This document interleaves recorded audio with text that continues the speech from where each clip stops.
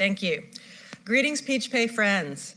To those in the room and to our virtual audience, my name is Lolly Schaefer. I'm a director here in our research division, where I have the privilege of leading our team of subject matter experts in our payments forum.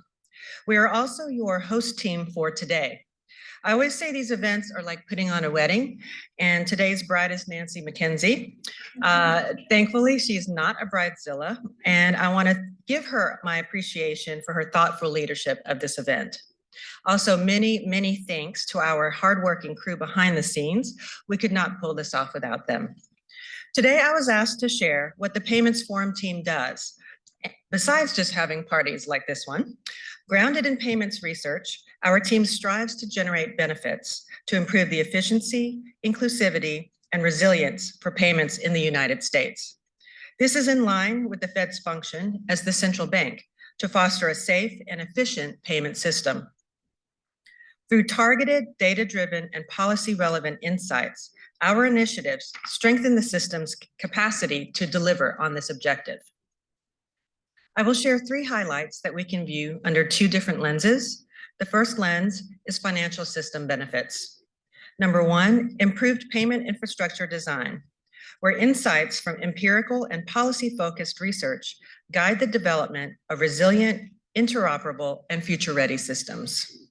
Number 2, efficient liquidity and risk management. Studies on payment timing, settlement windows, and systemic risk can help to inform improvements and alleviate risk. Number 3, enhanced innovation and competitiveness. Academic and applied research supports the emergence of new entrants, such as fintech collaborations and discovery of payment use cases. The second significant lens that research contributes to is societal benefits. 3 highlights here are number 1, greater access to financial services. The research here helps to identify payment frictions or challenges experienced by underserved populations, which can inform policy or design shifts. Number 2, economic mobility and resilience.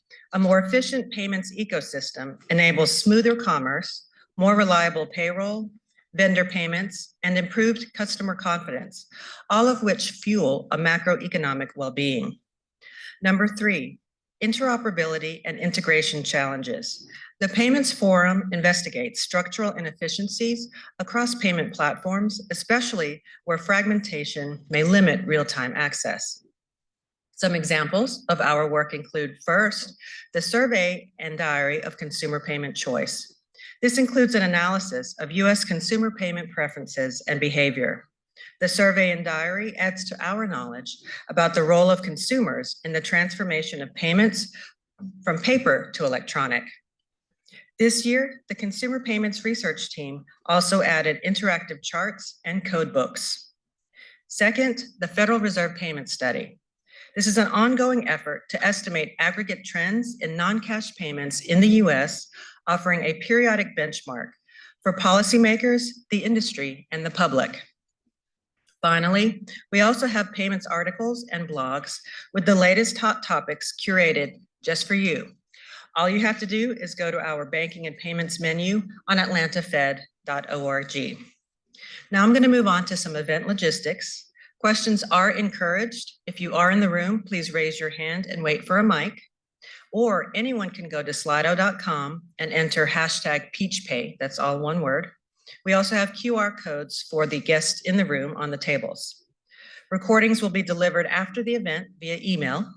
We also invite our in-person attendees to stay for our networking reception after the event. Next, I would like to introduce Blake McDaniel, who is an Assistant Vice President in our Federal Reserve Financial Services. His presentation is called The Future of Instant Payments, How the FedNow Service is Making Instant a Reality. Thank you.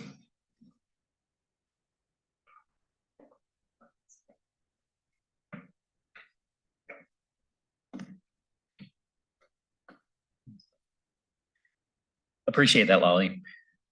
Thanks for having me. Happy to give you an overview of the FedNow service 2 years in.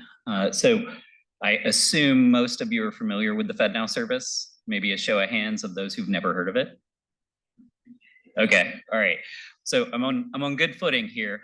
I'm not going to cover the basics of the FedNow service. I took the liberty to pull that out of the presentation. I figured you all were probably a little bit more advanced having attended a seminar like this.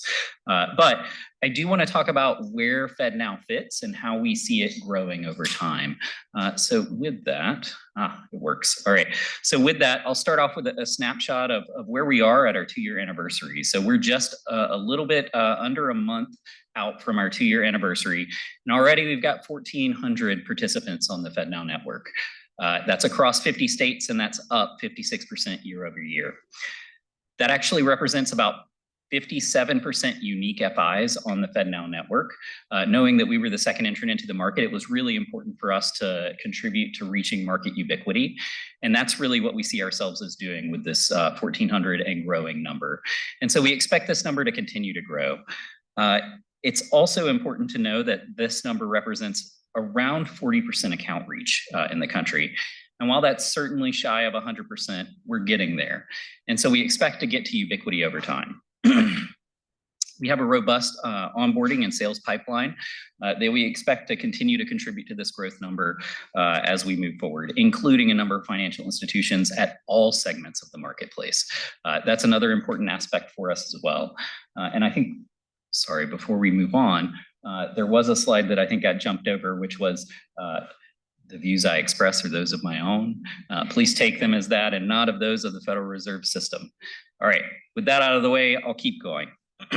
So how do we see our network as robust? Well, we see our network as robust because we're not only looking at growing the receipt side of the network, we're looking at growing the send side of the network.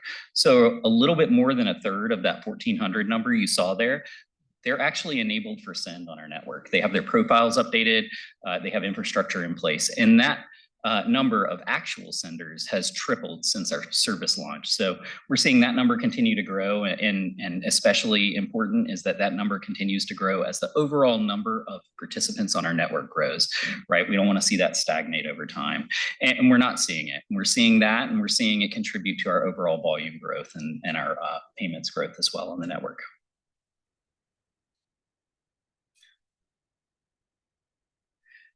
Additionally, I'd like to point out that increasing the numbers of senders on our network is also going to enable us to highlight and light up a number of different use cases, right? So as we're seeing in the nascent times for the instant payments network and the instant payments in the US more broadly, we're seeing very focused enablement. We're seeing enablement with fintechs and their ability to send payments over the network. So a little bit later, you'll see a statistic about some of the payments that are flowing over the network, and a large portion of those are concentrated in the wallet market. Well, why the wallet market, you might think? Well, that's because fintechs were ready and able with all the infrastructure and the banking connections to be able to tap into that market. But as we look at increasing the number of senders on the network, we're also looking to highlight and light up a number of other use cases, including A2A, including C2B from a bill pay perspective, and a number of others that I'll go into in a few minutes. So that's another reason why this send number is incredibly important to us on the network. So how does this look over time, right? I talked a little bit about the 1,400 number. I noted that we were still, I think, in a nascent and early stages of a market here. I think I was talking to another person who's going to speak in a little bit about the fact that instant payments, so the FedNow service, was the first new service in the interbank payment systems that the Fed had launched in about 50 years, right? So we're still really early, only being 2 years in the market. That said, where do we see ourselves in a few years? Well, if you look at the US Faster Payments Council and the survey that they did, about 70 to 80% of financial institutions expect to be receive ready by 2028.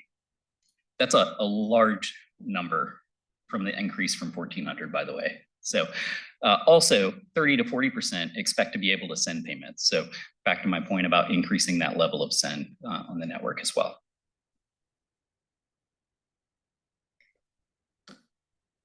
So what's driving this? Consumers, customers, businesses, right? So you'll also see here some stats about consumer demand for instant payments. 61% state that convenience and ease of use is desirable. A number are living paycheck to paycheck, so being able to on-demand manage their money is incredibly important for them. Additionally, they're used to these capabilities, right? So you see that 53% number there. They all think that they have instant access to their money right now, right? Everyone who has a card in here thinks that they have instant access to their money right now. That may not be actually the case. And I think you all are pretty versed in that, but happy to go into details later over a cocktail at the reception. 78% of consumers are highly satisfied with instant disbursements as well. So back to the wallet defunding case that I mentioned a little bit ago, consumers want that experience. They want to be able to get those funds immediately into their bank account and then be able to reuse them for some other purpose. Businesses also are demanding this, right? So looking at the timeline on the left-hand side of the slide there, you'll see a few different developments that contributed to demand in instant payments for businesses. So the pandemic in particular was one that definitely created a boom for digital payments and then instant payments specifically. Mobile wallet defunding, I mentioned that before, and the instant payments use cases that were highlighted early on. That wasn't originally the case though, by the way. There was a big expectation that this would be largely in the invoicing and bill payment space that the first use cases would be highlighted and realized. But again, back to some of my points about those that are best suited to take advantages of a nascent market, it ended up being in the mobile wallet space. On-demand payroll and individualized disbursements, those are getting spun up last year into this year. And then you also see on the right-hand side some statistics about the businesses using those. So 92% of the businesses in the US used instant payments in 2024. They may have thought it was instant. It might have been faster. Businesses are using instant payments are 10% more satisfied than their counterparts. So talk about customer retention opportunities for financial institutions. That's what we're seeing sort of take place in sort of the business cases that FIs are putting together to make the move into the instant payment space. Additionally, 43% of businesses are focusing on digital payments to enhance their customer experience, right? So they're trying to market to their customers in ways that their customers want to be marketed to. And back to my previous slide, customers are demanding instant access.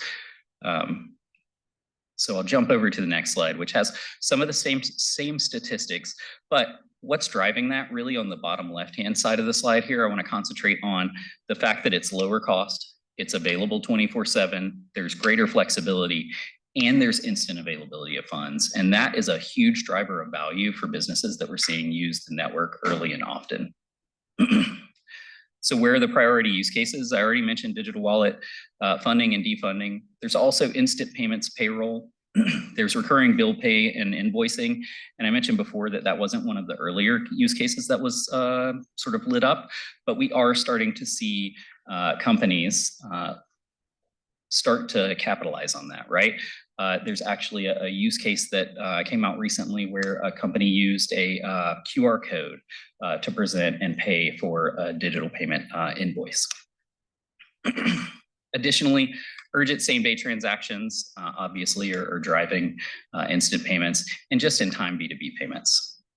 Requests for payments are another one that I think is on an expanded timeline here, right? So I'll get into this in just a minute, but what we're seeing is obviously a high number of institutions adopt for receive. We're seeing a smaller number of institutions adopt for send, but continuing to try to grow that. And then within that smaller number that's trying to adopt for send, we're pushing for RFP enablement. So what's that? Request for payment. That's the ability to present a request to a customer. I think many of you have probably experienced this in your own lives through digital wallets or otherwise, but present a request and then respond to that request with an actual payment.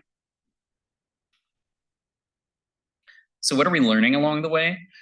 We're learning that the system is really creating benefits for the financial institutions.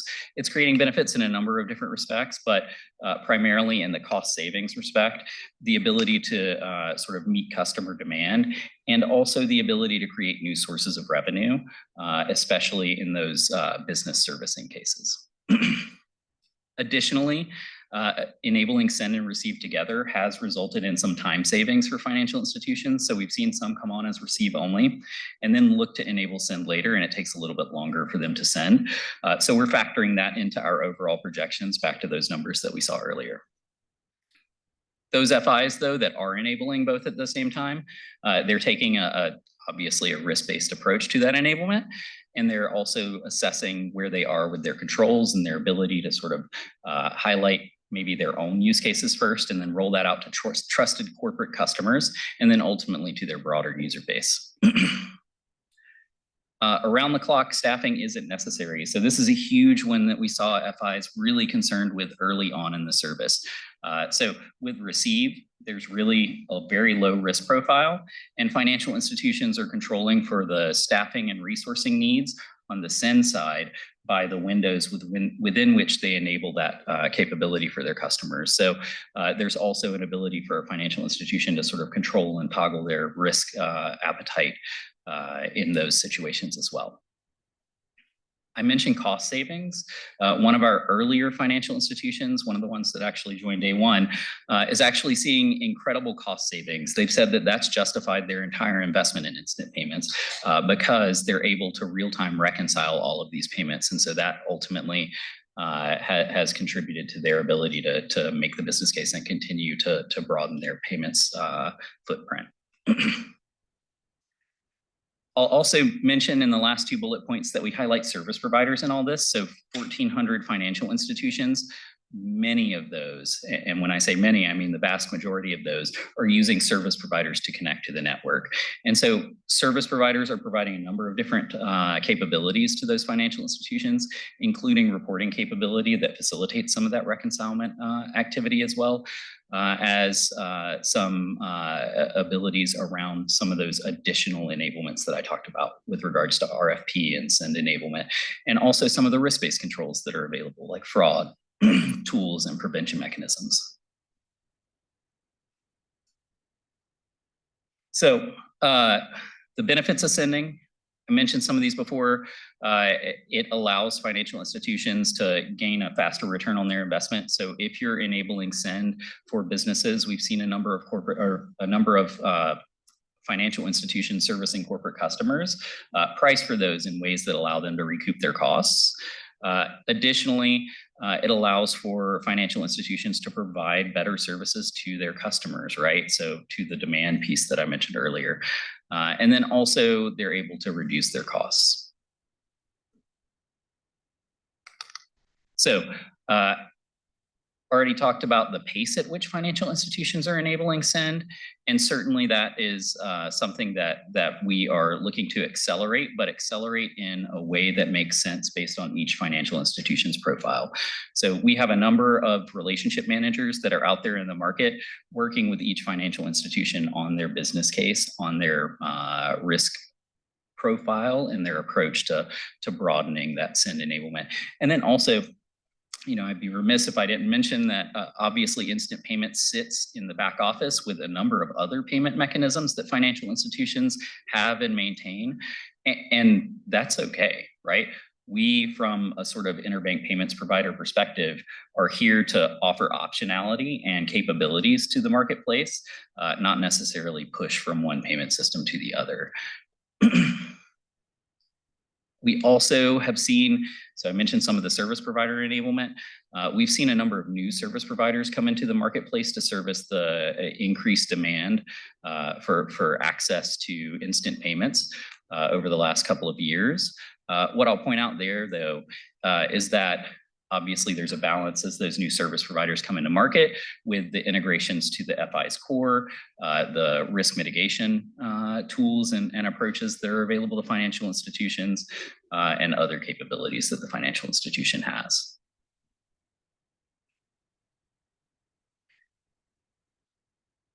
So which use cases are going to lead the way, right? Where are we at with instant payments and the different use cases that we're seeing on the network? This, again, back to the Faster Payments Council survey. We charted out a number of different use cases as we've seen them sort of come to fruition and what we sort of see coming down the pipeline. And that's what you see here on this slide. Some of the soonest to realize were obviously those ones we saw earlier on the marketplace. And so those you'll see on the left side.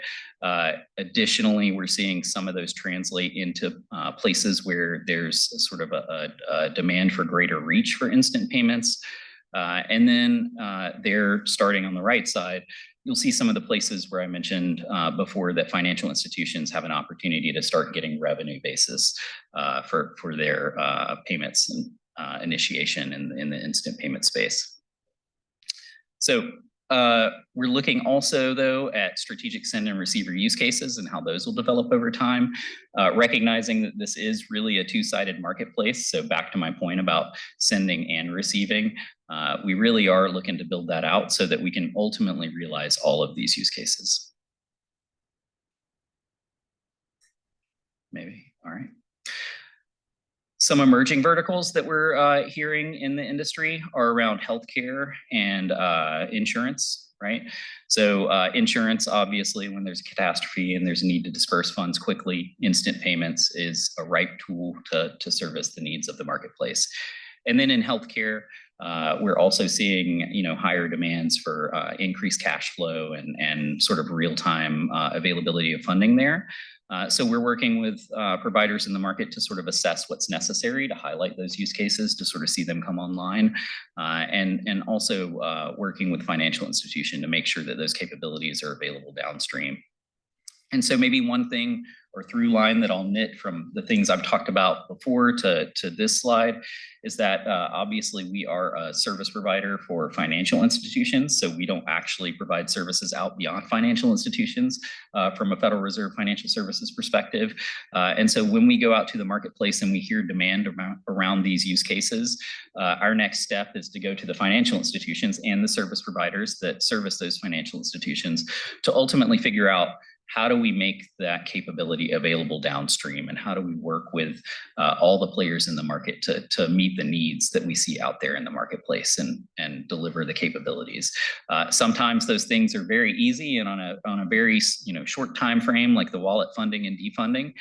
Some of those things are a bit more difficult, especially where they are a step or two removed from the financial institution. And so those are some of the things that we're looking at right now and trying to figure out a cost benefit analysis of where we spend our resources to highlight the next use cases that are on our network. And so these are a couple that again are emerging, and we're seeing some promising movement towards. Happy to talk more about those or any of the others as we move into the Q&A session here in a few minutes. So I talked a little bit about what FedNow is and sort of how we're seeing the market develop, but we also have a number of use cases that we've seen from our customer base. And so the first one I'll highlight is Hawaii USA Federal Credit Union. They're on both as a sender and a receiver. And they're looking at doing or have looked at doing and are doing loan repayments, account-to-account transfers, and bill payments. They're also looking at doing loan disbursements, sending and receiving payroll as well. They're seeing this as sort of an imperative in the marketplace to be able to keep up with the demands of their customer base and the market in general. And we are trying to grow with them. But this to highlight that not every FI has every use case on their radar. And I think that's an important point, right? Because every FI, regardless of where they're at in market, has a slightly different focus in terms of where they're looking to focus their energy. So we're also balancing the interests of growing that market with all the competing interests that the FIs have as they're sort of looking to service their users and respond to other needs. Another example at the opposite end of the market is US Bank, right? So US Bank obviously is a big concentration of payments. They had early use cases, and in fact, early use cases predating our entrance into the instant payments marketplace. So I'll also point out that, not only are they send and receive, but they participate on both networks. They looked at funding corporate cards, funding merchants, B2B rent payments, a lot more in the business focused space. Obviously, relative to a credit union, makes sense. That said, it's important for us to understand that need and that demand too. And so as they look at what's next for them in terms of requests for payment, embedded banking, and vendor payments, we're also looking to try to make the network as flexible as possible to meet those needs as well.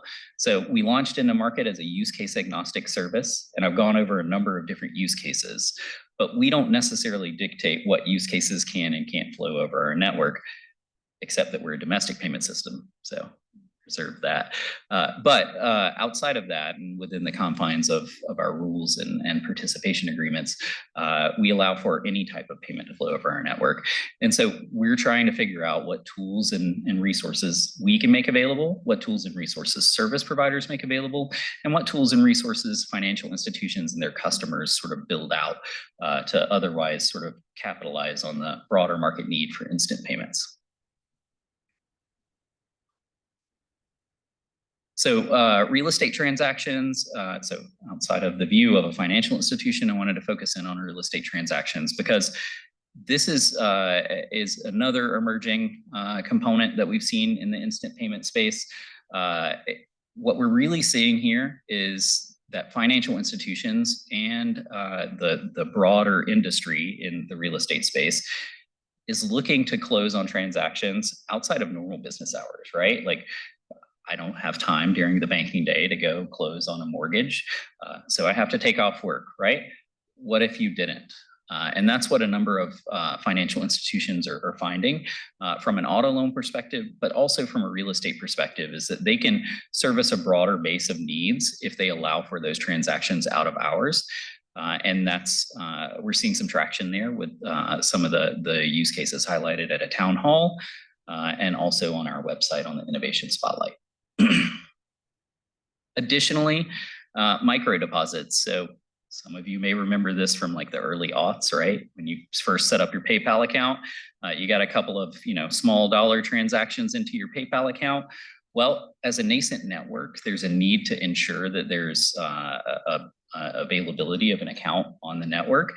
And so interestingly enough, we're seeing a resurgence of micro deposits that are coming through the network. It's certainly not all, it's actually a very small percentage of the payments, but it is a percentage of the payments. And interestingly enough, as we dug into it, right, it's a fraud protection mechanism. So it allows for validation of control of an account and the availability of an account and a few other details as well. Additionally, it's useful for businesses and they're willing to pay for it too. So back to my point about business cases that these financial institutions are realizing and justifying their overall investment. And sort of to tie some of those things together, right? What we're seeing on the network is that we are truly a nascent network. Some financial institutions are finding their business case early, but we expect those business cases to build out more broadly over time. And so for those entering the market earlier, obviously they're going to see the benefits sooner. But as we build to sort of ubiquity and the ability for everyone to receive and then move towards broader send capabilities, I think what we'll see is that sort of ROI, the return on investment for the financial institution, is going to increase pretty dramatically. So looking ahead, what are we looking at for FedNow, for instant payments, for the future here? Well, we just increased our network transaction limit. So I mentioned risk-based approach a few times there in terms of an FI's movement towards send. Obviously, we left the default transaction limit at 100,000, so the financial institution can still toggle that based on their risk tolerance. But ultimately, they can move that all the way up to $1 million now. And that obviously presents some increased risk for the financial institution. So we also released it at the same time we released account activity thresholds, which allow for more granular controls for financial institutions based on the customer segment and customer type. They can control the velocity, the volume, the value, cumulative value of transactions for that particular customer type at the account level, which is pretty great. And we've actually seen some traction with that. and have seen some risk mitigated with that. And we've also seen some things that, maybe they set it too low and then they went back and increased it, but it allowed for a good conversation with that customer in the meantime to sort of assess the relationship and make sure that they were, again, taking a risk-based approach there. But this increase allows for a number of different use cases to sort of come online. So I mentioned real estate a few minutes ago. I don't know of many houses in Atlanta, at least in the city of Atlanta now, that are going for under 500. When I pull up Zillow, I see $1 million houses plus, especially if you go into Buckhead. So this is going to allow for more of those real estate transactions to come into play there. And certainly we're going to continue to assess the network limit and the appropriateness of it as we move forward here in the life cycle of FedNow. APIs are another place that we're keeping an eye on and looking at. So I mentioned that downstream enablement and that second, third tier out approach to what we need to be looking at to ultimately light up some of these use cases. APIs are a way that banks can offer more streamlined, accessible solutions to their customers. And so we've rolled out first a couple of APIs, the ping and the participant list. But also we're rolling out a future set of APIs that will continue to build on this and help with financial institution accessibility and for their customers accessibility to instant payments and what they need to move forward there.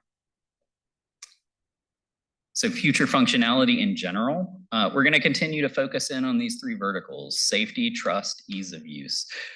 We see those as integral both to our brand and us as the operator of payment systems in the interbank payment space. So we certainly need to be safe. We need to maintain the trust of financial institutions and the broader public. And we also need to make this service easy to use. And so those are the themes that we have in mind as we build out those capabilities to ultimately meet those DI needs and deliver to the market a solution that works for everyone and ultimately will sort of realize the broader market base.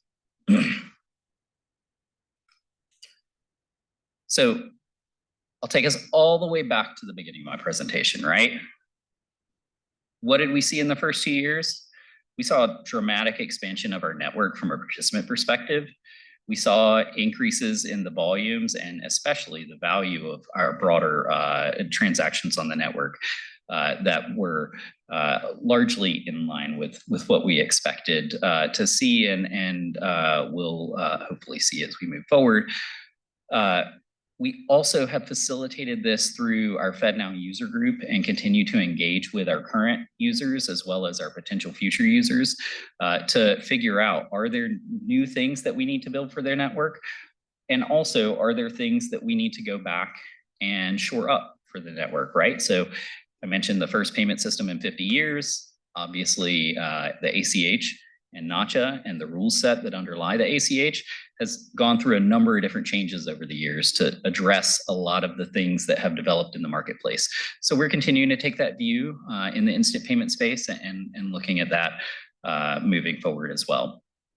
And then to the last two slides, we'll continue to enhance the product.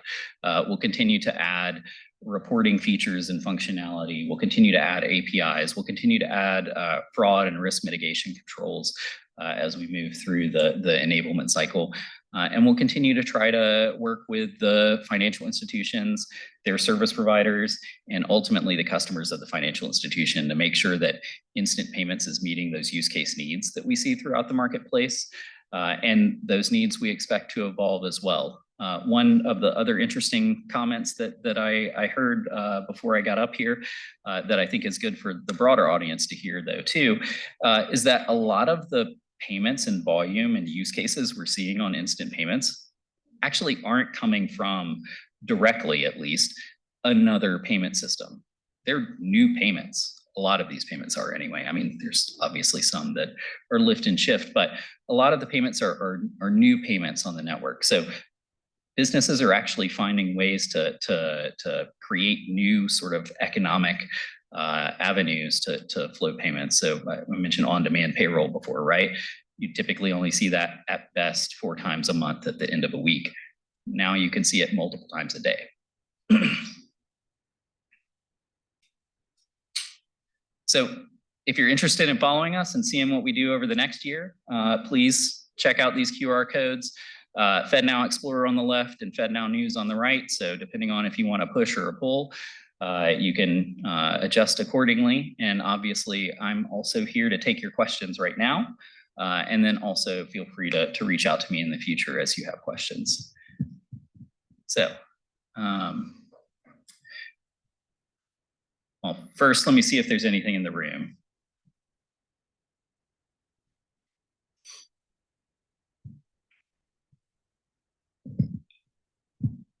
Early in the deck, you showed that there was a 30 to 40% of financial institutions expect to be sending by 2028. Sorry. Is it safe to assume that those are primarily the larger ones? I'm thinking kind of 80-20 rule, because I'm thinking that would probably be the larger institutions, so the actual number of accounts that are enabled would be a higher percentage than that. Yeah, so that's an interesting question. I'll tackle it from a couple of different perspectives. There are certainly large volumes coming from the larger financial institutions. That's probably to be expected, though. If you look at payment patterns in ACH and check and wire, right? That survey result, I don't think was concentrated, or at least not exclusively focused on the larger financial institutions.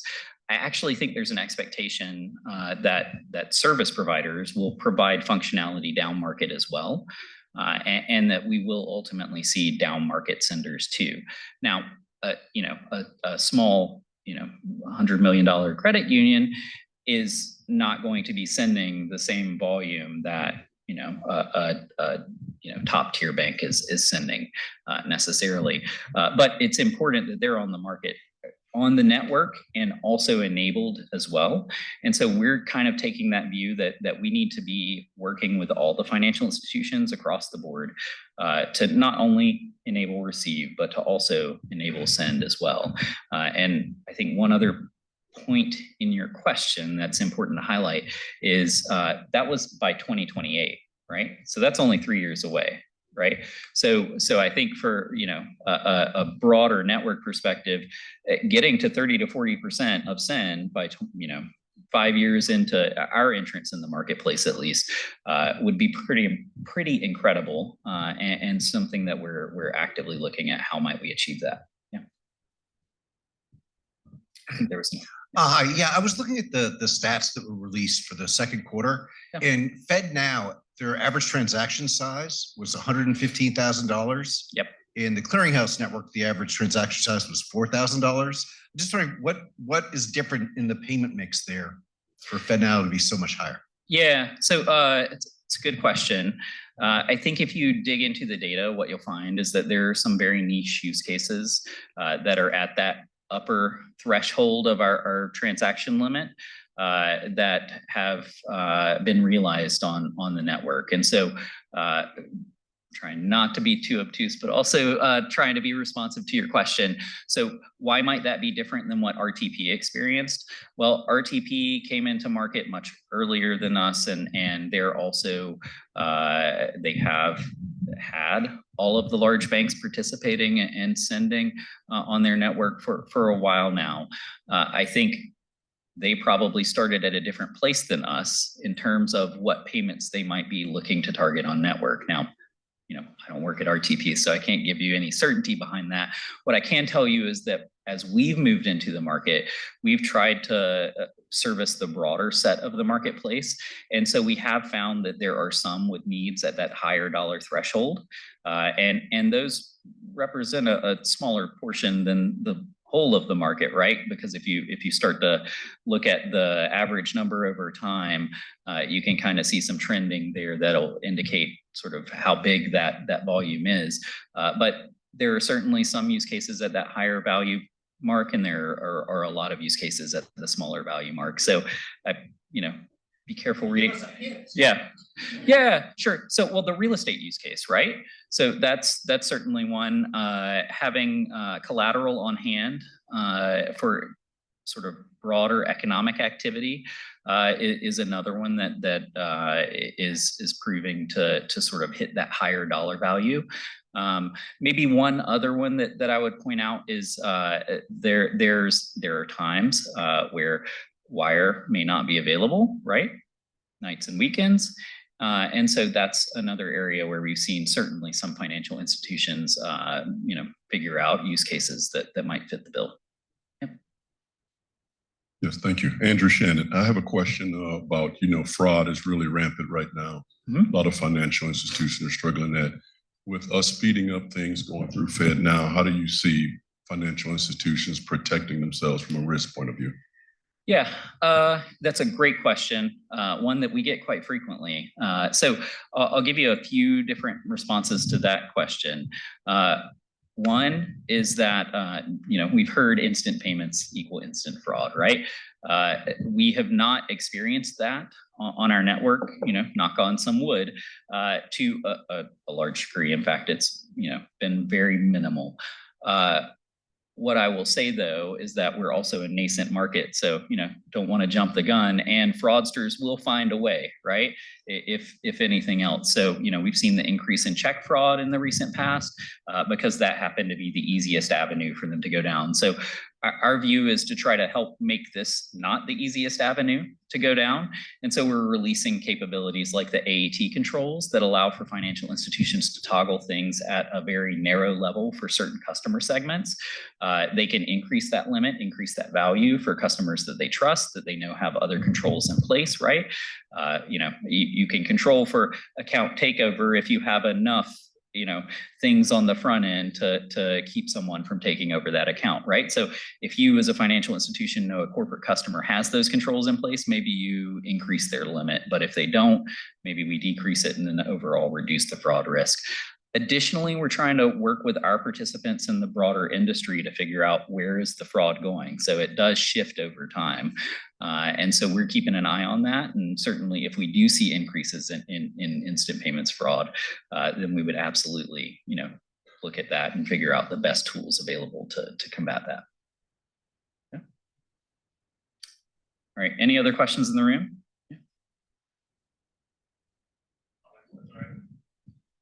I think the folks online, so. Yeah, so I was wondering if you could speak a little bit to the challenges that you've seen when it comes to adoption, right? I know there's the pre-funding, there's fraud. Yeah. What are some of the other challenges and then rebuttals or pushbacks that you've been able to give and kind of soothe the financial institutions who are wary about a new rail? Sure, that's also a good question. So fraud is absolutely, a big concern as financial institutions looked at to enter the instant payments market. I think a lot of what I just responded with are things that we would bring to the table to have a discussion about whether or not that should be driving a decision to or to not adopt a payment mechanism. In fact, it might be a good decision to adopt it if it can reduce your paper footprint and check, right? So that might be an angle, so to speak, on that question. That said, other places where we've seen challenges, I think is the way you put it. So pre-funding is not a requirement on our network, right? So it's like our other FRFS provided services. So it leverages correspondent accounts and master account balances to otherwise clear and settle transactions associated with the FedNow space or the FedNow network. So we don't have that challenge, but we do have a challenge around where we are from a nascency perspective, I'll say. So, 1,400 financial institutions is great for the first 2 years, but that's on a basis of 8,500 to 9,000, depending on what point in time you were looking at over the last couple of years, right? So, making that business case for financial institutions is really the bigger place that we're focused. And so a lot of what you saw here around what we think is the value that instant payments brings to financial institutions, to their customers, to the broader set of account holders in the country as a whole, we think that will ultimately be persuasive and continue to be more persuasive as more financial institutions join and as that enablement continues to occur. I guess the last challenge that I'll point out, unless you have something else that you want me to respond directly to you, is financial institutions often have legacy systems. And so that business case in the context of a legacy system becomes even more difficult to make, right? Because you might have to upgrade your back office. You might have to change a core. Even if you stay with the same provider, you might have to change a core because it might not support real-time payments or instant payments. And so because of that, we're seeing, a lot of updates happen in the industry in real time. And so that's where I go back to that slide and that discussion around service providers and the integral role that they're playing with enablement of instant payments. I think they'll continue to play an integral role because they're going to continue to have to help those FIs that aren't in-house shops update their systems and sort of create, future looking capabilities that are otherwise going to facilitate not only instant payments, but sort of the future demands on financial institutions. All right. Yes.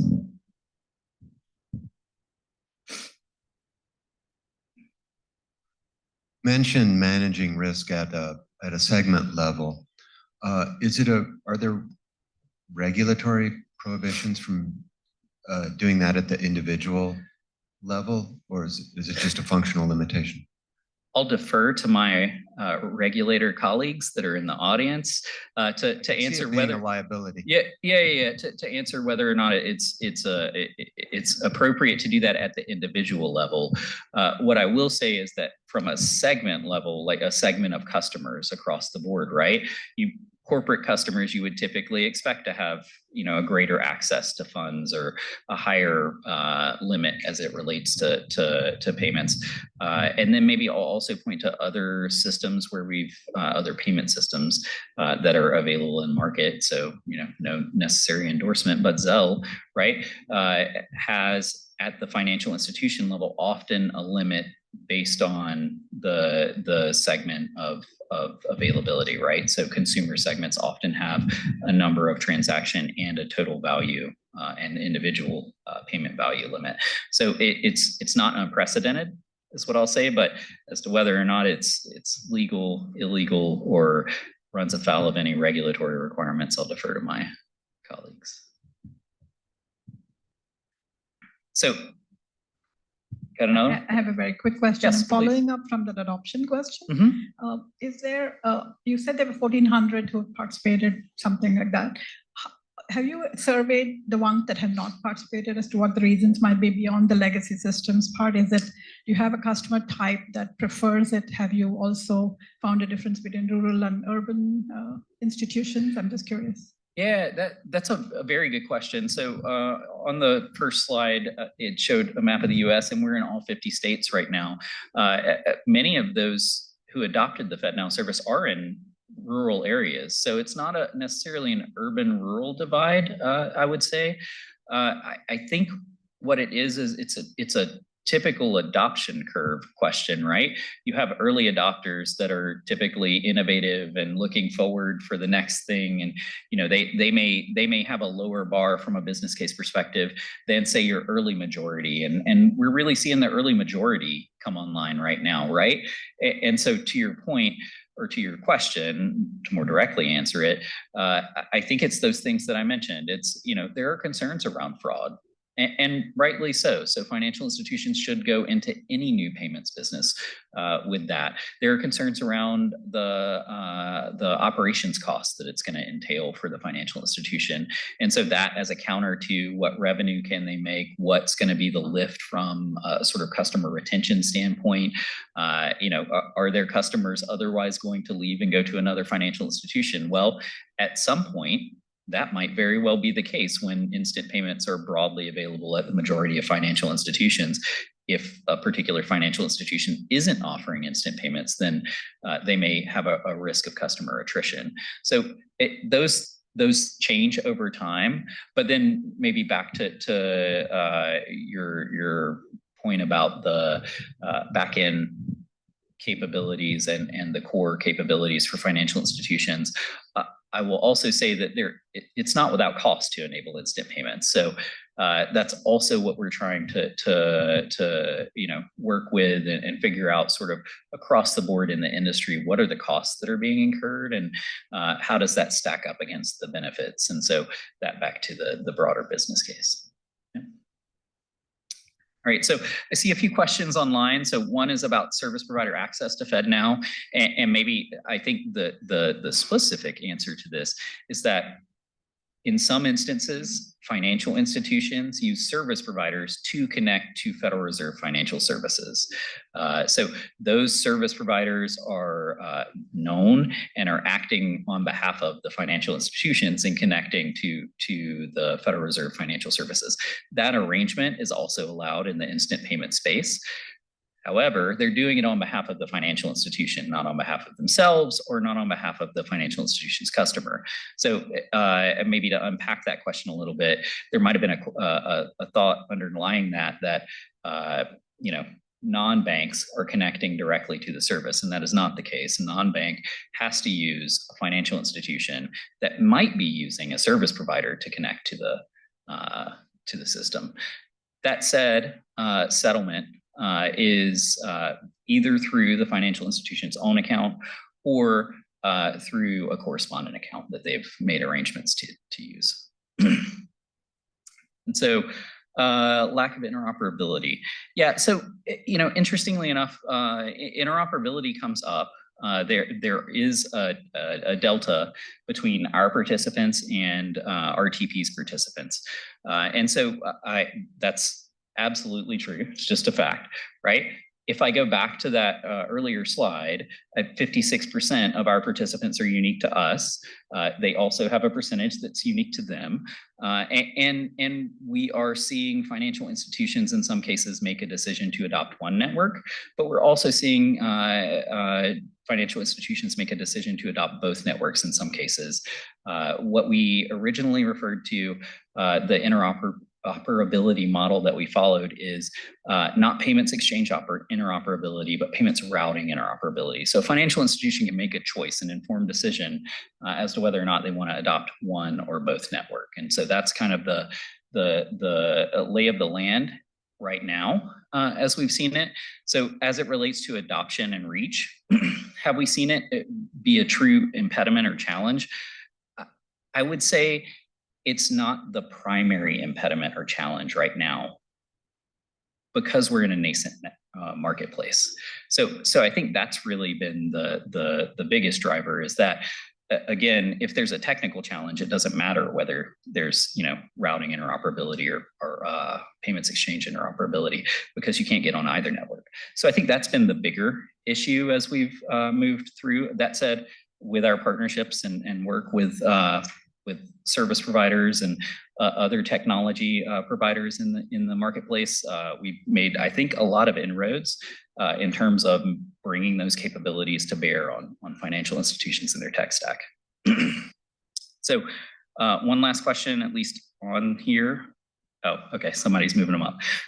So Visa, MasterCard, Discover, Amex, adoption of FedNow. And I guess what I would say is that some of those are financial institutions, some of them are not. But I think what we've seen is that those players have started to figure out their roadmap and path forward for instant payments. So when I say that, I think you see a number of different announcements from those players over time in the broader payment space.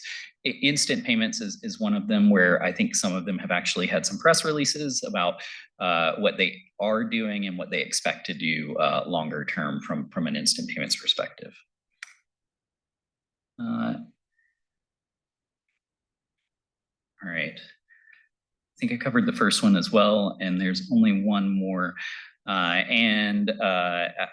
Last I saw, there were about 850 participants on RTP, 1,400 on FedNow, and again, 56% of ours were unique. And so Not necessarily, but we'll continue. So on the question of interoperability and whether or not we expect it to become an issue, not necessarily, but we'll continue to work towards harmonization and making sure that that payments exchange or that routing interoperability continues to exist. And we'll continue to, have discussions with the industry and others around, what we might look to do in the future. Right. Payment rail consolidation. Right now, there's no plans to consolidate our payment rails. So again, back to my point about instant payments and FedNow in particular, we see that as another mechanism available to participants in the payment space and financial institutions, and they're meeting the needs of their customers. So with that, I tried to go through those quick because I saw my time was up.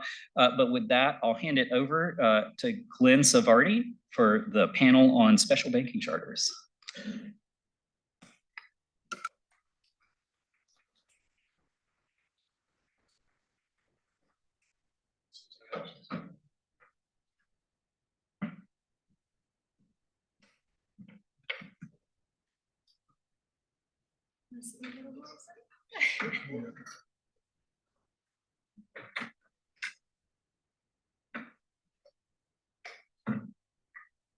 Good afternoon. Right up here. Are we on? Can you hear me? Yes. My name is Glenn Sarvadi. I have been in the payment space since the mid-90s. I decided to say that rather than 30 years because I think maybe it sounds shorter. I'm not positive. But I've been in the space working kind of at the intersection of fintechs and financial institutions, particularly smaller ones, meaning basically anything outside the top 100. I've been really excited about talking more about this topic now since we kind of got together and started chatting the preliminaries on it. I don't know that there's that many people in the broader population that get excited about the merchant acquirer limited purpose bank. But if there is a group that does, I think it's on this panel and I think it's in this room.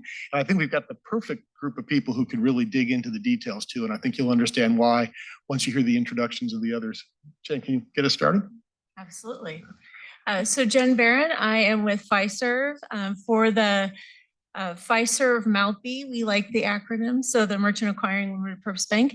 I'm the Chief Risk Officer. Otherwise at Fiserv, I am the lead for Enterprise Risk Management and Operational Risk.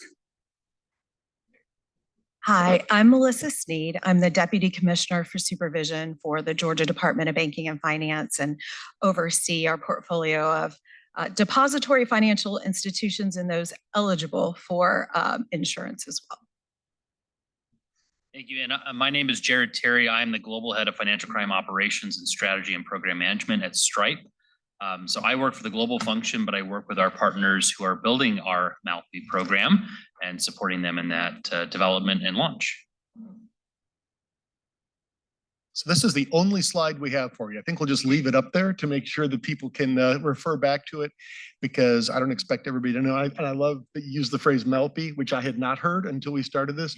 I understand, Melissa, that's not something you use within the Department of Financial Institutions. What is in a name, right? Everyone says it a little different. And so we say MALPB. Some people say MALPB. Some people just say MALP. I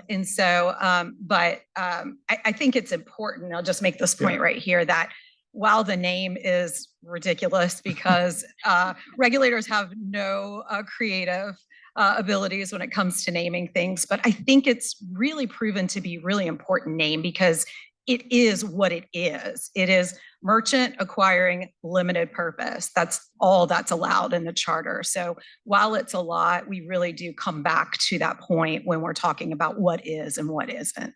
So Melissa, if I can impose on you to maybe walk us through exactly what it is and isn't. And I will just add, if it's not clear to everybody, our two other panelists here, Fiserv is the first in market with an active MALPB actually conducting business. And we'll get into the details. Technically the second to have been approved, but the first one never really became operational. And Stripe had applied. And since we actually started having these conversations, you've now received your approval as well. So you're both coming at it in slightly different directions. And we're going to dig into some of those details. But Melissa, what can you go into? What do we are talking about what is included and what cannot be done with a multi? Yeah, and I think the slide really does walk through, this is by code. This is, we have rules, a lot of rules around it too, but this is the legislature approval for this charter. And actually was approved by our Georgia legislature well over a decade ago. So back in 2012. And I get a lot of questions when we're talking about it, like why Georgia, why Atlanta? And I think this group would appreciate more than anything else the volume of transactions that run through Atlanta being transaction alley, and 70% approximately transactions come through here from companies like we're talking to right now. And so it is really a natural extension of an industry that is really important to our state. And so when we think about what this charter does, it is the merchant acquiring payments going straight to the card networks without the BIN sponsor bank sitting in the middle. Our bank, the MALPB, actually sits in place of the BIN sponsor bank. And so to go back to 2014, we did have a small Israeli company, Credirax, apply and actually receive our approval.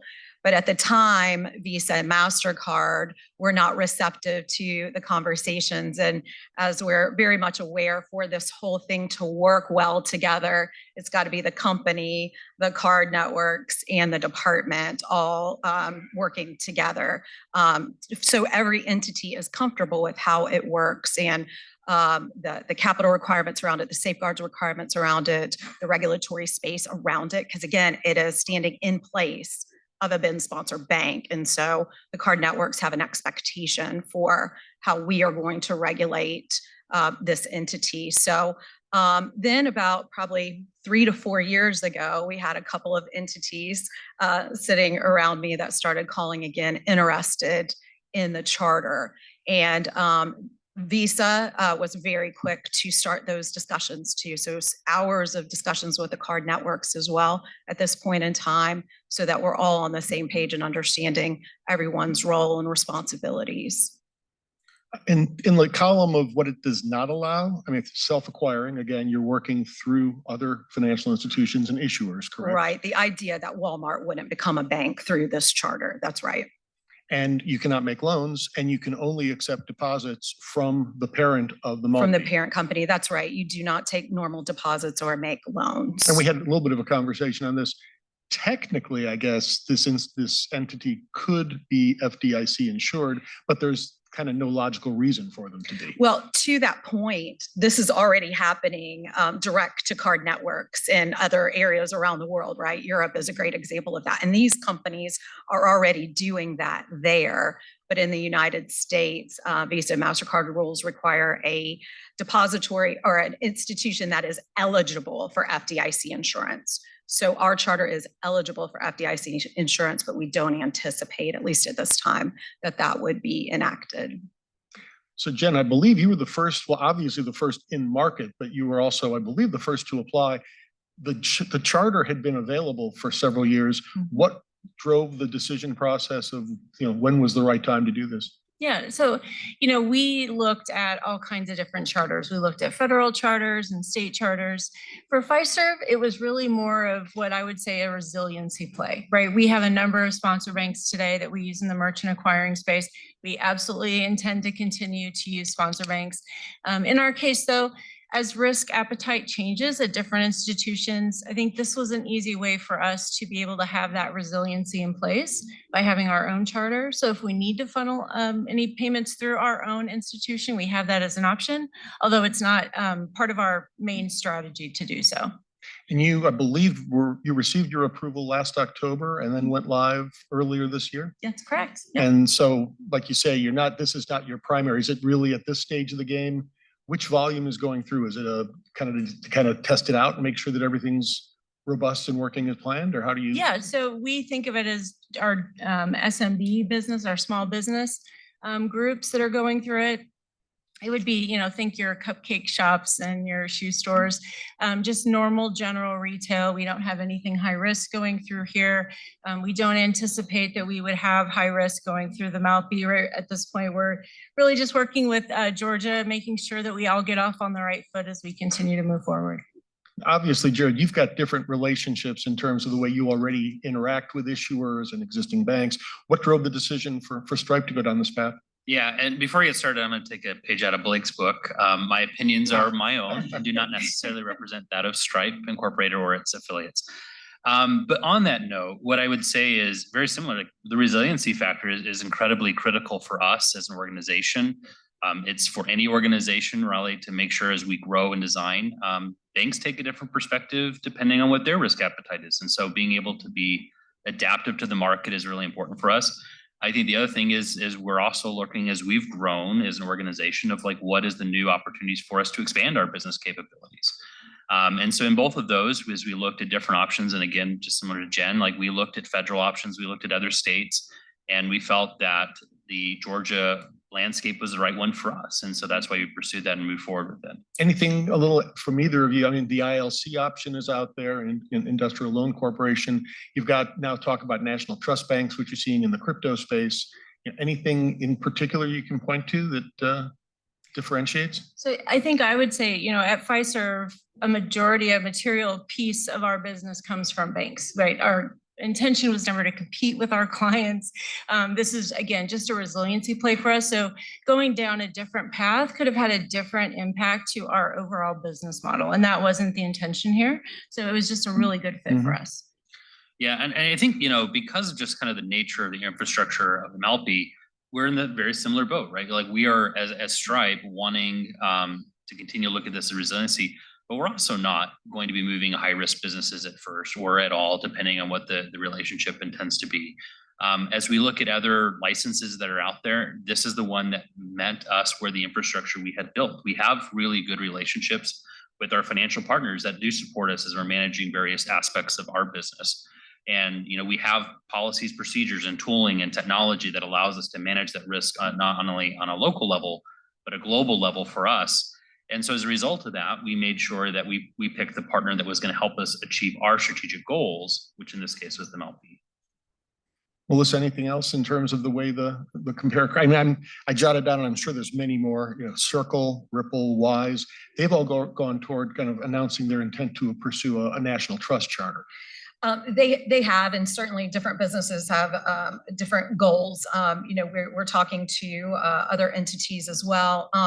One of the things, and I'm not saying that that's not going to play out and be very successful, but one of the conversations we've had extensively with Visa and MasterCard is that the limited purpose of this charter gives them some level of comfort. Visa, MasterCard. Visa and Makes sense. MasterCard.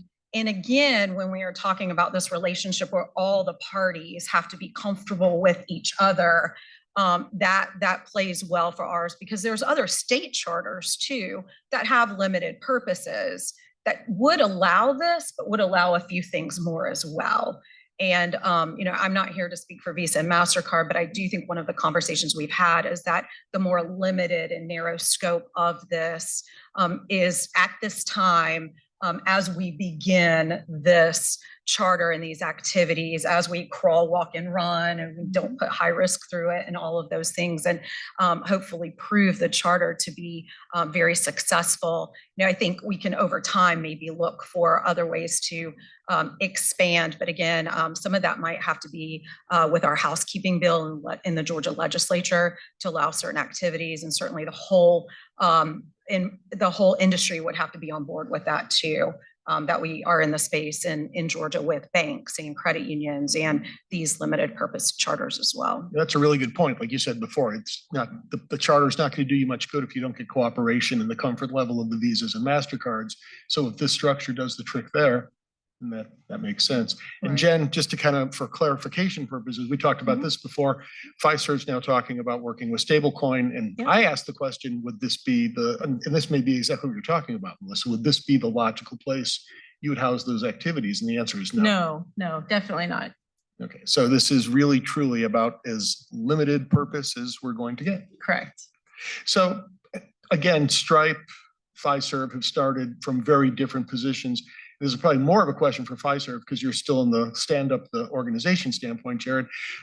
You both took kind of different approaches, at least in terms of how you intend to staff the organization. Can we talk a bit about that? Yeah. I guess you've kind of, Jen, started with existing operations kind of in place, and it's a matter of finding people on staff who had the expertise already. Right, absolutely. So we already have a large footprint in the Atlanta area in Georgia, in the Marietta area. So we have our acquiring business. A lot of those folks are based out of here. So it's easy for us to take the centers of excellence that we have for the different functions that'll be impacted by the bank charter and allow them to move over to help support the Maltby as we get it stand up. And, you know, we certainly have folks in other parts of the country that support us as well. But again, having that primary hub here was very helpful. And Melissa, remind me, I believe, is it 50? There's a number of employees directly Yeah, connected to the that's FI? part of the legislation is that 50 employees have to be Georgia State residents that directly participate in the activities of the MALPB. That's right. So Jared, again, you're very early, but you don't have that type of a staff with those types of skill sets, I assume, in the state of Georgia. So you're more in the recruiting process, right? Yeah, we definitely are in the recruiting process, and we are a little bit different, right? For those who don't know about Stripe, we were formed in 2011, so we are definitely on the younger end of it. And we have about 11,000 employees right now globally for the organization, operating in about 48 different countries. But the key for us is we process about $1 billion a day in payments around the globe. And so for us, we have a very large global infrastructure that helps manage our risk and our infrastructure. So as we looked at Maltby, we needed to build that internally here in Georgia.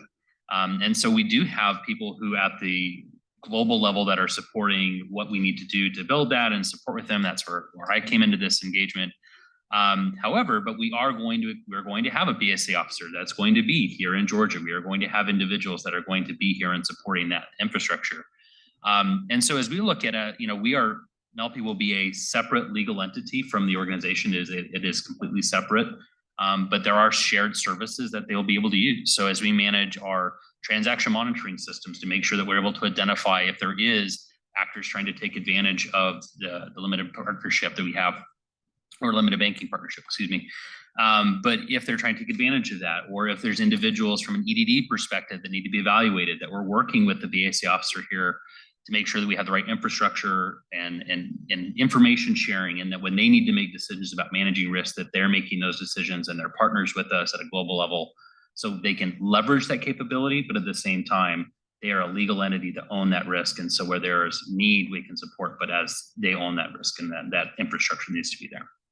Maybe we can drill down a little bit further on the whole notion, because obviously risk management, fraud prevention, KYC, AML, all central to what we're doing here.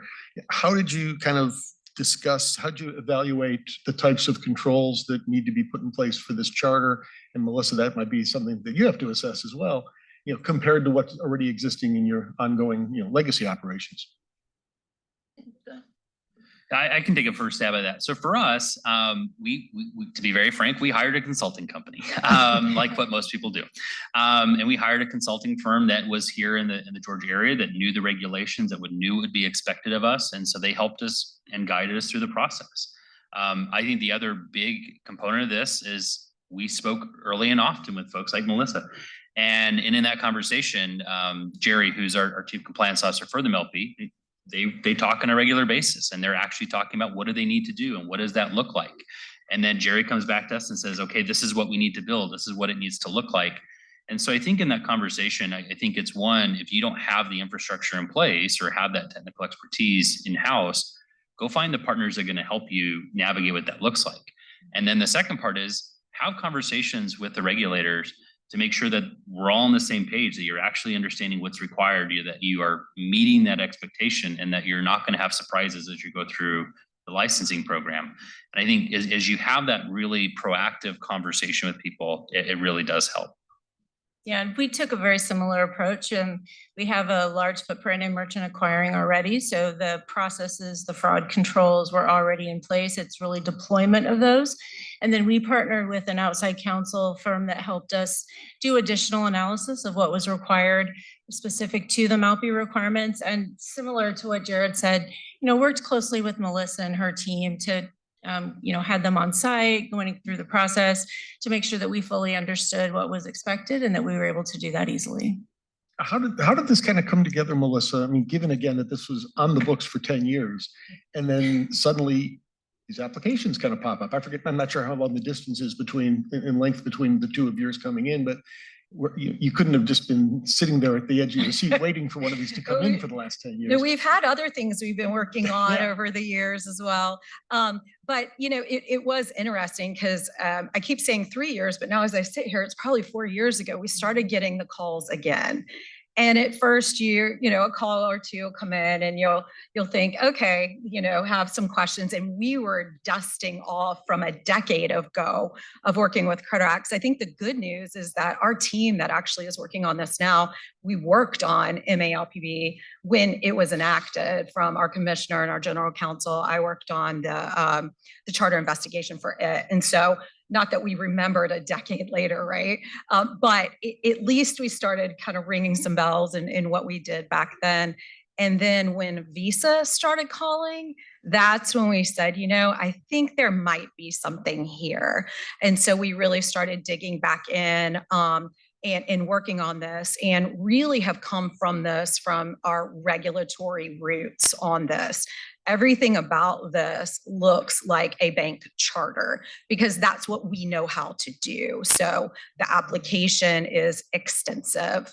I can say that they are thousands of pages when they come to us, and we have spent 6 months with each of them so far, back and forth regularly, discussing and getting more information and understanding both sides really on this. And also that whole time, like I said, working with the card networks and understanding their process, their requirements, and them to understand ours. And then we've built this program on the back end for ongoing regulatory oversight. So we've built a customized ratings scheme for this. It feels a lot like a bank side or a holding company side, but it's tailored for this business. We've built a custom call report for this business to be filed on a quarterly basis and an annual report to be filed as well. Through this time too, over these last couple of years, there's been some laws and rules we've needed to update. We talked about, who had not heard of FedNow and no one raised their hands. Well, go back a decade ago and nobody knew, right? So the change in the decade is really something that we needed to reflect so that they can do business under this charter as well. So we've come at it from a very regulatory bank charter standpoint, because that's what it is. And Visa and MasterCard card networks expect us to conduct ourselves accordingly if they are going to be comfortable with all of us going down this path. You started to address the next question I was just thinking about. Obviously, the financial world's evolved quite a bit in the last decade. So the rule that was passed or the legislation that was passed a decade ago is not necessarily purpose-built for what's going on today. Right. Did you have to go back to the legislature, or was it within the regulatory purview to kind of work within those confines and set up your own structure? It's funny that it wasn't really that far off, and maybe it was vague enough that we could move and work within what we had. But we have had tweaks in our housekeeping bill. We will have it going forward. There's another rule issuance coming up. But it's mainly kind of unique business models that are fitting into the MALPB and working with Visa, MasterCard. So Visa decided that there had to be a special purpose entity built into the structure that had an extra layer of protection for merchant funds. And so we did not contemplate that when we built our program. So we did have to add some rules. We understand it, we support it. But we had to kind of build in some of our legal areas to make sure that was clear that can be done. Other things, we've tweaked capital just a bit to better reflect what the business model does. And capital has 4 prongs already to try to capture the world of risk, whether it be a volume risk or a chargeback risk or tier 1, which looks a lot like our banking world, and then just a statutory capital level. So those things had to be tweaked a little. I've been a little surprised that there hasn't been a more of an overhaul needed over a decade later, but we're just making tweaks along the way so that we can all continue to be successful in this program. maybe making this a bit more tangible to, I won't say the general public, but at least the banking public. And Jen, you've mentioned this a couple times already. I mean, clearly when it's a messaging standpoint, okay, we are going and we are creating a Maltby. The number one message I think you wanted to get at, we are not going into competition with you, our bank customers. Yeah. But can you, what else did you think about in terms of the way, and it seems like you've been very proactive and, getting ahead of the curve with regard to the messaging you've put out to the market. But how did you think about that? Yeah, so, I think we tried to communicate early and often with our bank partners as well as just our general customers. We did notify them that we were going to apply and why. We certainly answered questions on it, did a lot of meetings on it where there were maybe questions or concerns. And then as we went through the process and as we were approved, we did communications out at that side as well.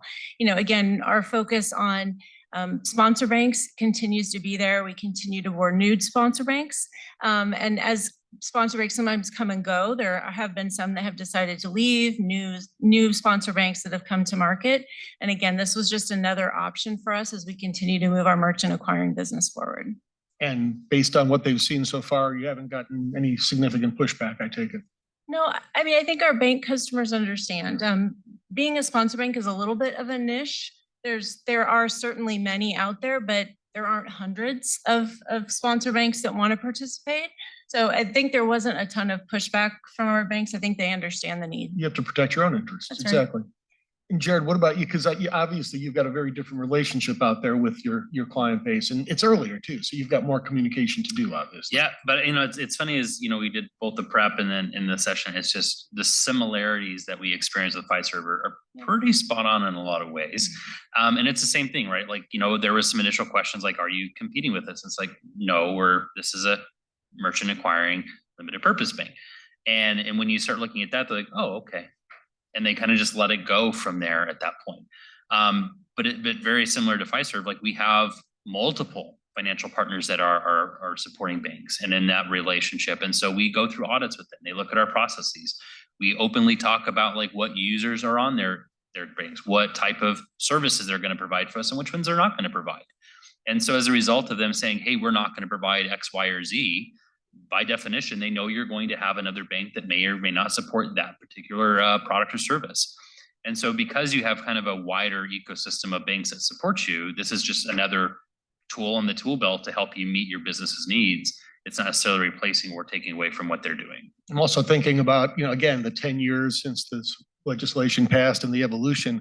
It goes back more than 10 years, but my own experience with a fintech company here in town, CheckFree, where there was always that suspicion at the bank. Are you looking to disintermediate us with the customer? It's like, no, we're doing the white label process behind the scenes. And I think that over the course of that time, the notion of fintechs as being collaborators as opposed to competitors has really shifted. So again, that may be a place where the timing, I think, has probably worked to your benefit. Yeah, I mean, at least on our side, right? Like, Stripe has a very good reputation in the marketplace as being a partner. Like if you go to our website, you'll see we have many, many organizations that are common household names, whether that's Toyota or BMW, Marriott, OpenAI, like, GoFundMe and others. Like these are people who use Stripe every single day. But when you go onto their website, you don't see Stripe's name. You don't see that infrastructure. And so as banks and others work with us, like we are seen as a person to work with, not against at that point. I can't see Nancy out there. I'm not sure the timer, if that includes our Q&A time or if that is our hard stop. But if people can start thinking about questions, I have one quick wrap up here, and then I'd like to make sure that we have plenty of time for Q&A. And this one really, I think, applies equally to all of you. I mean, based on the experience with your two applications and receiving these applications, Melissa, what challenges would you advise anybody else who's thinking about pursuing one of these special purpose charters to kind of keep front and center in their mind before they go too far down the path? Yeah, so I think really do thorough planning, right? This is not a light process. It took, Melissa said probably 4 years off and on as we worked through. We definitely brought experts to the table that were able to help guide us through. We kept really open dialogue with Melissa and her team because it was new to all of us. And I think as questions came up, just keeping those lines of communications open. It's a really not just between Fiserv and Georgia, it's also the card networks, right? There's a lot of people that become involved as you think about the complexity of merchant acquiring. So really planning ahead, dedicating resource to it to make sure that you have that time and capability, and then bringing the right partners. I think, again, I would echo that again. I think the earlier you can get in front of the conversations with people, the better off it is, recognizing that it is an investment of time and energy. And as part of that, like being willing to have the conversations, like don't be afraid to ask those questions you want to ask, like, where can I do this? And what does the infrastructure have to look like? And who has to be here and who doesn't? Like having those, very direct questions with the payment networks, with the regulators, with your own institution, really helps make sure that you're making things progressing along and making sure you have the investment from all the parties to support you in this process. Because in any processor, it takes time and energy. And so if you have that support from your stakeholders and from the regulators and all of that, that this is a goal you want to achieve collectively, there's a lot more support as you go through that process. I would agree with both of those. It is a lot of time, it's a lot of energy, it's a lot of work on everybody's part. So planning, I think, is key. I think especially maybe for those in the fintech world that have not been in a more bank type financial institution regulated world, I don't think it can be overemphasized that it is not a license, it is a charter. And the robustness of a chartering process is nothing like a licensing process. So what entities may have gone through on a money transmission licensing regime is very different than a chartering regime. So I think understanding and appreciating the capitalization that goes into that, the management expertise that has to go into that, the ongoing regulatory oversight that goes into that is crucial. The other thing too, again, for it to all work together is to engage early with Visa and MasterCard primarily too, to really think about, they've been very clear that they want to crawl, walk, run into this charter. And so I think that early conversations with them are key, because if a company is not going to be eligible for them to put into this charter, then it might not make sense for expending all the time, money, and resources to go down that path if the company is not going to be eligible with the card networks. And I'm thinking, not to speak for CreditRx from back in time, but given the heavy lift that we're talking about here, I'm hearing two things. One, it's probably the established nature of both of Stripe and Fiserv that got Visa comfortable, that they already know, they have a relationship with each of you already, they're interacting with you. So they got comfortable. And I'm just thinking also, unless you've got that kind of a book of business, the effort to put into doing something like this, it's probably not something that a Series A startup probably wants to be looking at, I'm guessing. Probably, and there's a capital requirement. And so that's meaningful from a business case standpoint. So it's definitely something to consider. I see one question here that Melissa, actually, I thought of this when you were talking before. The Maltby call reports, the regulatory reports, those are publicly available? They are not They are publicly not? available. No. Okay, so if people want to find out more, and they're probably not falling within the purview of, I'm guessing it doesn't show up in your annual filings. Correct, yeah, it would not be public. Okay, interesting. And I know we talked about this when we were going through the conversation, in terms of Fed membership. Technically, is that a separate exercise, or? So here's the home of the people that can answer this question. What I would say to this is that they are eligible for FDIC insurance. Without FDIC insurance, then we do not then scoop in the Fed. And so that would be a separate conversation. Certainly if a company wanted to go down that path, we have an excellent working relationship with the Fed, and we would bring them in for those conversations. I will say that we have been very transparent and have had a lot of meetings with the Fed as to what we're doing, how we're doing it. And the Fed was very instrumental and supportive of us a decade plus ago to help make their payments experts available to us as we built out the rules and the guidelines around this charter. And so we have a lot of appreciation for the support the Fed has given us over time. But right now, it just is with the state as it has been used for the entities that have applied. I guess when I think about Fed membership, it's often the discount window people are thinking about, which doesn't really necessarily make a ton of sense with regard to this type of an operation. So I don't know if you can carve out membership into different pieces, but this is more the Fed's topic, not ours. What about the other half of this question? I'm just thinking about, you know, the benefit of the charter. Why would a merchant go to a Maltby chartered entity as opposed to a traditional bank? Got a couple thoughts in my mind, but I'm curious how you're thinking about that. Yeah, so generally the merchant doesn't have a lot of preference unless you're a very large merchant, right? I think most of the smaller businesses don't come to us with a preference. It's the bank's name is definitely on the agreements with the merchant, but it's not as if a merchant comes and says, I'd like to, you know, this bank to be my sponsor bank. That's not common. Certainly some of the larger organizations may, but small, you know, for this purpose, for this charter, that it's not generally something that comes up with the merchant at all. They're just happy to be able to process payments. Yeah, I would tend to agree with that. I mean, most of our, I'd say probably 99% don't even really recognize who's processing their payment if we're being transparent. But on that same note, I think the value that really comes to the process of what it has is that diversification of our payment relationship within the financial institutions.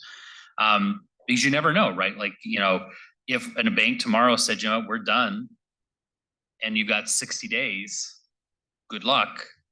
You better have relationships in place and infrastructure and things like that. And so for us, as we continue to grow as an organization, as we expand capabilities, we want to make sure we have the right infrastructure in place to continue to build that sustainability. And so for that, that's a really big thing for us, is we wanted to have a partner that had very clear expectations that we would have a good relationship in partnering with, that we understood how we can build the infrastructure that would enable us to get to a point of that resiliency in a very effective way, is the way I'll describe it. Yeah, I mean, I think I'm hearing the same thing I was kind of thinking, is with the exception of the very, very large merchants, most are really thinking about, do I want to do business with Fiserv? Do I want to do business with Stripe? Not, do I want to do business with, you know, a specific bank or a Maltby? Yeah, maybe one thing I'll add maybe on that is where it does come into play is if there are special requirements that come out of that. Like, let's say someone's doing fundraising or something of that nature, there may then be a requirement that a financial institution may not want to do that. And so we may then start having those conversations. But in the case of Maltby here, like, we don't process those higher risk transactions. And so again, it wouldn't be applicable for Maltby. That'd be other institutions as needed.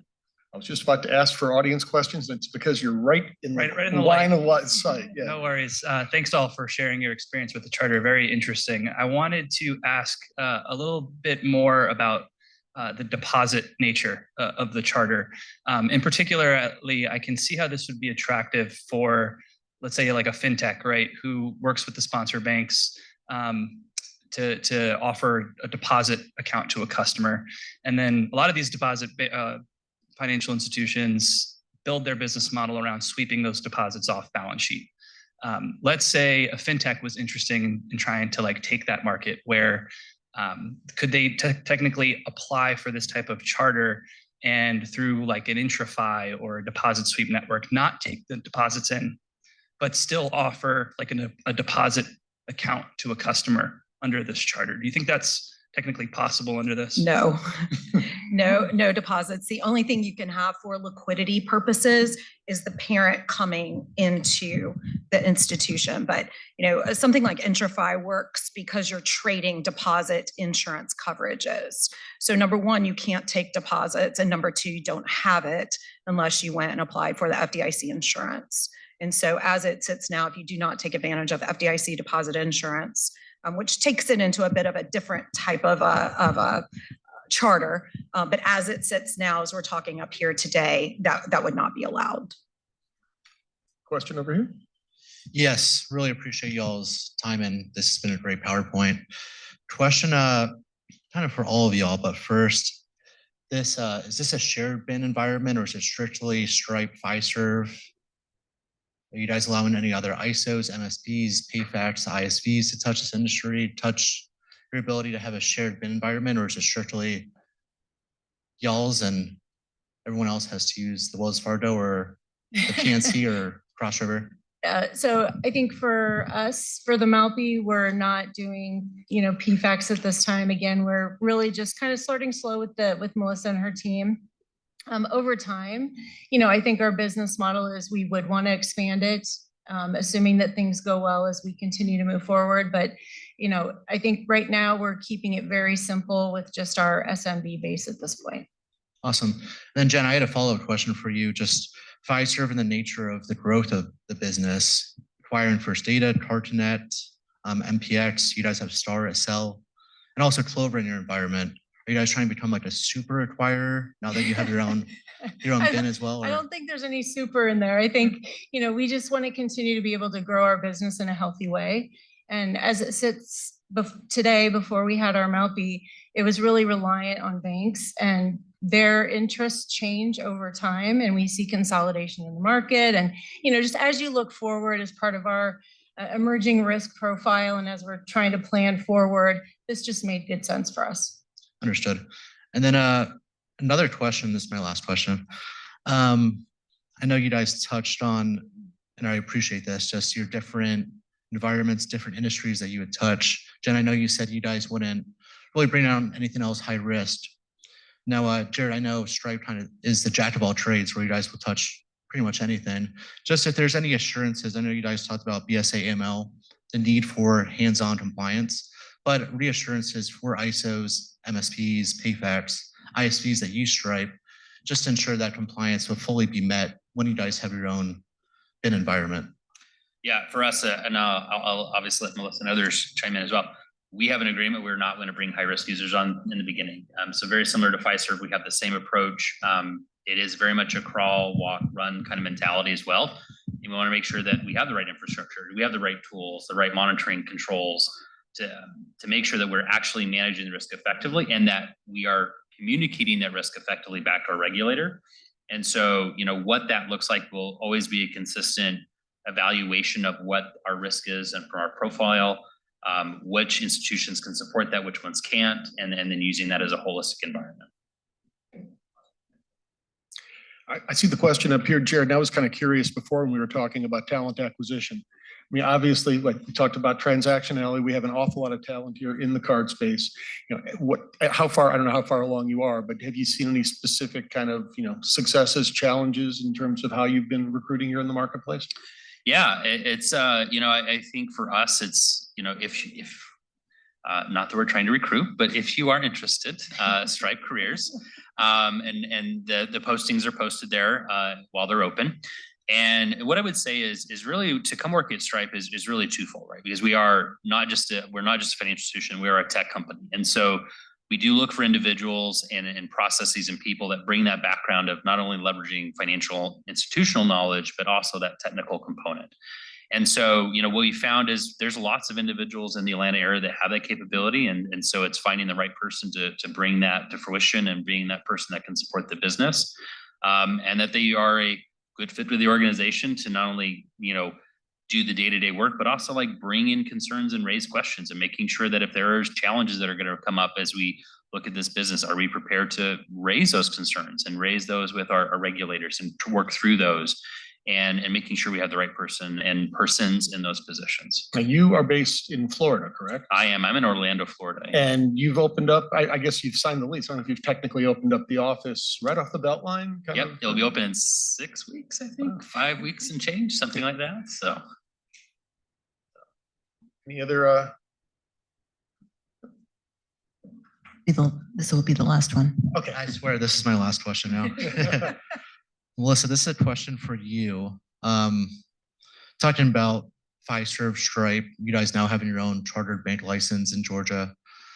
Want to ask, are there any other, say, Global Payments, Elavon, FIS to follow, not the resellers of the Fiserv or the Stripe, like a Priority Payments or Repay, but other people, other entities that have their own core functioning platform? Do you envision that they will follow suit and try to have their own bank license in Georgia as well, especially Global Payments being in Atlanta? I do envision that, yes. Awesome. Great suspenseful way, I think, to wrap things up. Okay. Yeah, break it. Thank you so much for a very enlightening panel. I was taking lots of great notes. We do have a networking break, an extended one until 3 p.m. But please come back because we will have our 2 more panels, demystifying cross-border, and then a special fraud presentation with a performance. So we'll see you back at 3 p.m. Thanks. And if you have any reason to leave early, please contact the front desk and they'll help you. So I think that's everybody. Good afternoon, everyone. My name is Tom Ciafone. I am part of the Payments Forum here at the Atlanta Federal Reserve. I have the pleasure of sharing the stage with 2 other experts in the field of cross-border. To my right, Omar Dajani. He is the Director of Product North America Enterprise at WorldPay. To his right, we have Charles Potts, who serves as the Executive Vice President and Chief Innovation Officer of the Independent Community Bankers of America. To start our conversation, I thought it would be helpful if we set a baseline and leverage Omar's expertise and give us a little bit of a sense of what the cross-border environment looks like today. Yeah, so thanks so much, Tom. So as we go into really what cross-border is, I want us to get in the right mindset and see this from a certain lens. And so this figure here really does a good job of really seeing that payments lifecycle end to end. So I think it's important to go through it and really keep these themes in mind as we go through our conversation moving forward. So the first one you see there, take payment. So that's really going to be upfront how any sort of payment comes in and is accepted. So really in the last 10, 15 years, we've seen tons of changes globally on how this is done in terms of whether it's through different card schemes, whether it's through local APMs, which we'll talk to later on, whether it's through cash. Any of those methods need to be kept in mind as we move forward in this conversation, especially when you look at different markets. The next pillar there is going to be managed payments. So that's really going to be anything about optimization. And we've talked to some of these points on earlier presentations around risk optimization. So monitoring for fraud and knowing really how should you look at that versus making sure that you don't cut off different payments or transactions that would have been good. So balancing that out and optimizing it. Cost optimization, which is around which rails you ride for certain transactions and knowing how to optimize that process. And then conversion optimization. So knowing when to use account numbers versus when to use tokens or other areas like that. Then the last pillar there, which we have is make payments, which is, for this conversation is going to be the most vital. So that's really how the money moves, how settlement happens, which from a cross-border lens is very key. And there's going to be a lot of topics that we'll discuss around that. So really just wanted to shed light on that. And it's very important as we go into different topics and talk to payment trends to keep each of these areas in mind. Thank you for that. There are a few points you mentioned that I want to dive into a little bit deeper, specifically around trends. Interested to see from the WorldPay perspective what you're seeing in North America specifically. Yep. So thanks, Tom. So we'll go into a couple of different places. I think it's very important that we start off with just going into North America trends, and then we can get more global from there so we can see what's going on in the market today and really how that distinguishes from other areas. So WorldPay puts out an annual payments report, which really irons out this detail. There's a lot on that figure there, which I'll dive to in a second. But I think the biggest thing as a whole to keep in mind is really the technological advancements that we've seen over the last 10 to 15 years. And the biggest thing with that is the access to smartphones and all the capabilities that they have and where that's making changes in the payments world. So with that, we have, like I said, from a supply standpoint, everyone has a payment tool on them through smartphones these days that really has shown a lot of innovation, especially in recent years, more and more that we can get out of it. And then from a demand perspective, we're seeing online transactions take up a larger and larger piece of market share, which only makes the world smaller and more global. So going towards those points at the bottom there, digital wallets have been enabled for those points I just talked to with where the world's going. So I think that's going to be a very common trend as I go through different markets. The main similarity is that digital wallets are taking over a larger percentage of the market share.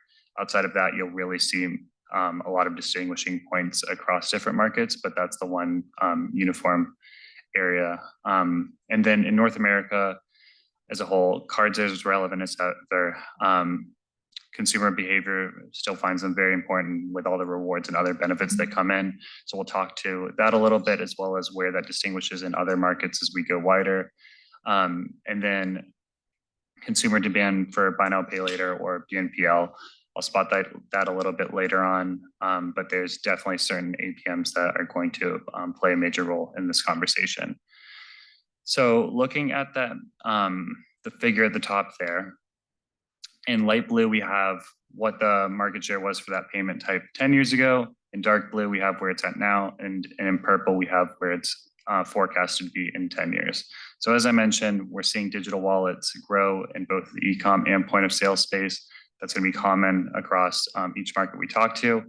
Account to account is steady in the e-com space, which is kind of deceiving because it's changing a lot, which I will also spotlight later on. So even though those numbers are staying the same, we're really seeing a lot of change in that area with open banking. Buy now, pay later, as you can see, it did not exist 10 years ago in the US market. It was virtually inexistent. And now we've seen it has taken up a 6% in the e-com space, which is very significant. We expect that to stay. So that's all very important. Credit cards and debit cards are declining, as you can see on there, but that's mostly because they're going into more of the digital wallet side. So we'll dive into that a little bit. And then card is still holding steady in the point of sale space. So I want to talk a little bit on Canada, going off those stats that we just saw around the US. So Canada, as you can see here, 22nd in population, but top 10 in both e-com and POS payments volume. So very significant. And as you can see on these statistics here, I'm not going to go into them in too much detail, but I think it's very important to get into now because they pretty much follow exactly what we see in the US, where digital wallets are rising, account to account and buy now, pay later are relevant but steady. Credit cards and debit cards are key. I think it's important to point out here because as we go into every other market, you'll see that that's not going to hold true. And really these two markets are very similar, but we're going to see major differences as we go into different areas. So I want to point that out there. Going into more global payment trends. We're going to move into Latin America for a second here. I'm just going to spotlight two major markets to just give an idea of how the major differences that we see. So Colombia is listed here. I think a key piece, as I said, is digital wallets. You see the growth. It's for the e-com space, it's down in that 30% range, but it's still continuously growing similar to the US and Canada. But outside of that is where you see some differences. So account to account in the e-com space is massive at 28% compared to the 7% we saw in US and Canada. Really, a lot of the reason for that is the infrastructure that has been built in Colombia and certain other Latin America markets to move away from cash, which we'll get into in a second. So that has been successful, and that's expected to grow moving forward. Buy now, pay later isn't as relevant really because there's not as many technology providers in that market that are supporting it this time. And that's going to hold true for a lot of the Latin America markets. And then credit card and debit card are declining, again, mainly because they're moving to digital wallets as well as towards that account to account infrastructure. So the biggest thing here is you can see cash in the point of sale space was at 78% 10 years ago. It's still holding very strong at 33%. We're seeing that number come down for the reasons that I talked to before. So there's a lot of effort in these markets to really move away from that. And that's a similarity that we see in across the globe in certain markets. Mexico is the other one I want to spotlight here. A lot of similarities to Colombia, but some key differences. Digital wallets, similar to what we've seen in every market, the continued rise. Account to account is closer to what we saw in the US and Canada. A lot of that is because the major card networks are more involved in Mexico compared to some other Latin America markets. And then credit cards and debit cards are more steady compared to what we've seen in other markets, and cash is still running rampant as well, which we see across most of the Latin America markets. So the last slide on these global payment trends that I wanted to speak to is just covering APAC as a whole. I think APAC is one of the most interesting markets here because of how innovative they are in terms of when new technology comes out, they're usually the quickest markets to adapt to that. So for looking for any sort of capabilities or getting into the APAC market, it's very important to look at specific markets and what they're doing and what can be coming their way soon. As you can see on the middle figure there, digital wallets take up 74% of transactions, which is massive compared to any of the previous markets we've looked at. Cash, a very small percent compared to any other market we looked at as well. So we see account to account has a fair share of the market at 4%, buy now, pay later as well at 5%. So you really see a wide mix there, but a lot of digital payments. When you look at specific APAC markets, though, you can see a little bit of differences. So for example, if you're looking at markets like Hong Kong and Singapore, it's very important to have certain APMs like Alipay and WeChat Pay, whereas other markets like New Zealand and Australia, card schemes can be more relevant and you can make it easier in those markets. So very important if you're looking to get into any new markets to really look at the consumer behavior and what's relevant there before diving into anything. Thank you, Omar. I appreciate that. I think that was a great macro view of what we're seeing. Charles, I want to dive into the community banking because I know that's your area of expertise. Along those same lines, what are you seeing in terms of trends and if there are any potential case studies out there for community banks? Sure, thank you.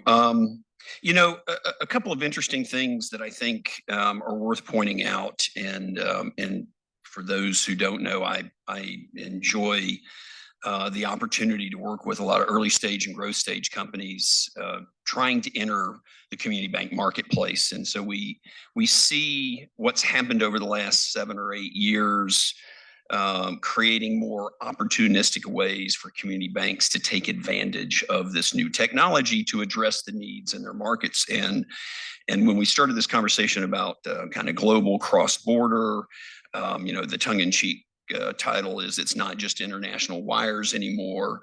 Well, if you look around this country and you see what's happening with small business and you see really in the backyards of a lot of community banks, you see more and more opportunity for the community banks to play a role in supporting more international oriented business, more cross-border business that historically they would have sent to the large respondent or correspondent banks. Many of the community banks got out of this business years and years ago.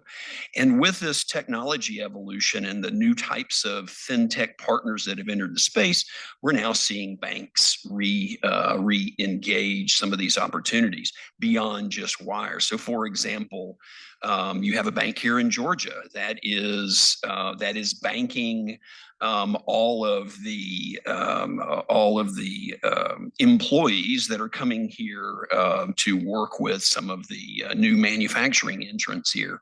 So they've had to create all sorts of new capabilities from a BSA, AML, KYC capability in order to be able to repatriate some of that funding and move money cross-border into new wallet type applications that they're building for the employees. And I won't name that large Korean automobile manufacturer.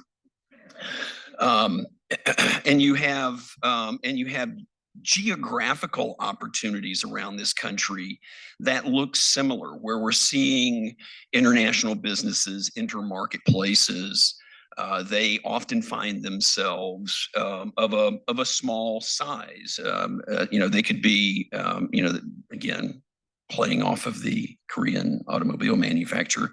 They could be one of the 55 or 60 small little aftermarket parts companies supporting them. And these are companies that may only have 50, 60, 70 employees, but they still need a lot of that international trade finance, letters of credit, all the capabilities beyond just moving money. And so what's happened with the kind of expansiveness of new fintechs over the last few years is community banks of all sizes are finding ways to be opportunistic, finding ways to round out their offerings. And if you think about foundationally, some people know my party line pitch is about 2/3 of all small business loans come from community banks. So that tight integration with the borrowers in their communities and being able to supply more financial services is happening in a big way. And frankly, it's being driven by the innovation of new technology entrance in the space. And frankly, with some of the things Fiserv and Stripe are talking about, is going to play out as well with some of these small businesses that need more of these types of payment capabilities.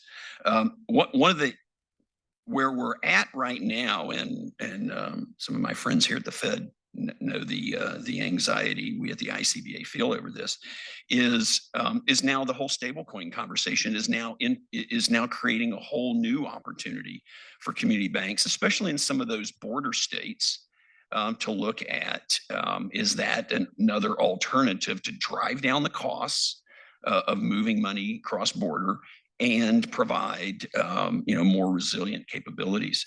So these things are happening. It's not ubiquitous yet. It's growing in importance. And like we have seen with many other kind of payments-oriented capabilities over the last 6 to 8 years, a lot of community banks are looking at the technology partners, whether it's a build, buy, or partner capability, on how they can deepen the relationships with those small businesses, both in their communities and who may be served internationally as well. No, thank you. Both of you brought up a few points I found particularly interesting, and I'll open this up to both Charles and to Omar.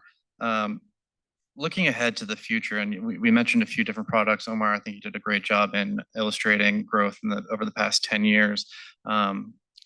What specifically do you think we need to keep an eye on moving forward, say, the next 10 years? Yeah, so I'm going to talk to a couple points here. Let me move past this. So to a couple of the areas where I talked to on my earlier slides, I talked to the key changes that we're seeing in account to account, especially in North America. So I wanted to address that a little bit more and where we're seeing changes from that side of things. So I'll get into the difference between pay by bank, account to account, open banking, and talk that through a little bit. But just from a high level flow standpoint, pay by bank is really just the capability to allow shoppers to pay for goods by utilizing their existing bank accounts. It has become more and more relevant with the development in technology and passing data through APIs and open banking, as I talked to you before, but really that is the crux of it. So shopper comes in, checks out, chooses pay by bank as an alternative to a credit card, debit card, PayPal, you name it. And at that point, they'll go in, they will be able to choose their existing bank, put in their credentials to prove it's them. And then at that point, the pay by bank provider will push to the money from the shopper's account to the merchants. And so from that point, the merchant will be completely settled. They'll be out of the picture. And then the pay by bank provider will take on any sort of risk or any pieces from that point moving forward. And really with that, pay by bank makes account to account scalable. So we've talked through a few different terms here, and I really want to just sort of clarify them a little bit more. So pay by bank versus account to account versus open banking. Pay by bank is going to be that technology provider that is going to provide that experience on the front end and really the innovation. And then account to account is going to be the rails that this rides on. So in the US, this would be through ACH, RTP, FedNow, you name it. But it can be different rails for other markets. And then open banking is going to be the passing of that data, which, as I mentioned, has become more and more possible with the technological innovations we've seen in recent years. And there are many benefits to pay by bank, some of which we've already talked to, like an improved user experience. By them putting in those credentials, you're seeing less risk compared to some similar alternatives. You're seeing quicker settlement times, which the end user is going to like as well as the merchant. And then typically higher acceptance rates by knowing that it's them. So yeah, really a lot of benefits on that side of things. And that's where a lot of this has come from and why there's been a transition from more legacy solutions in the account to account space.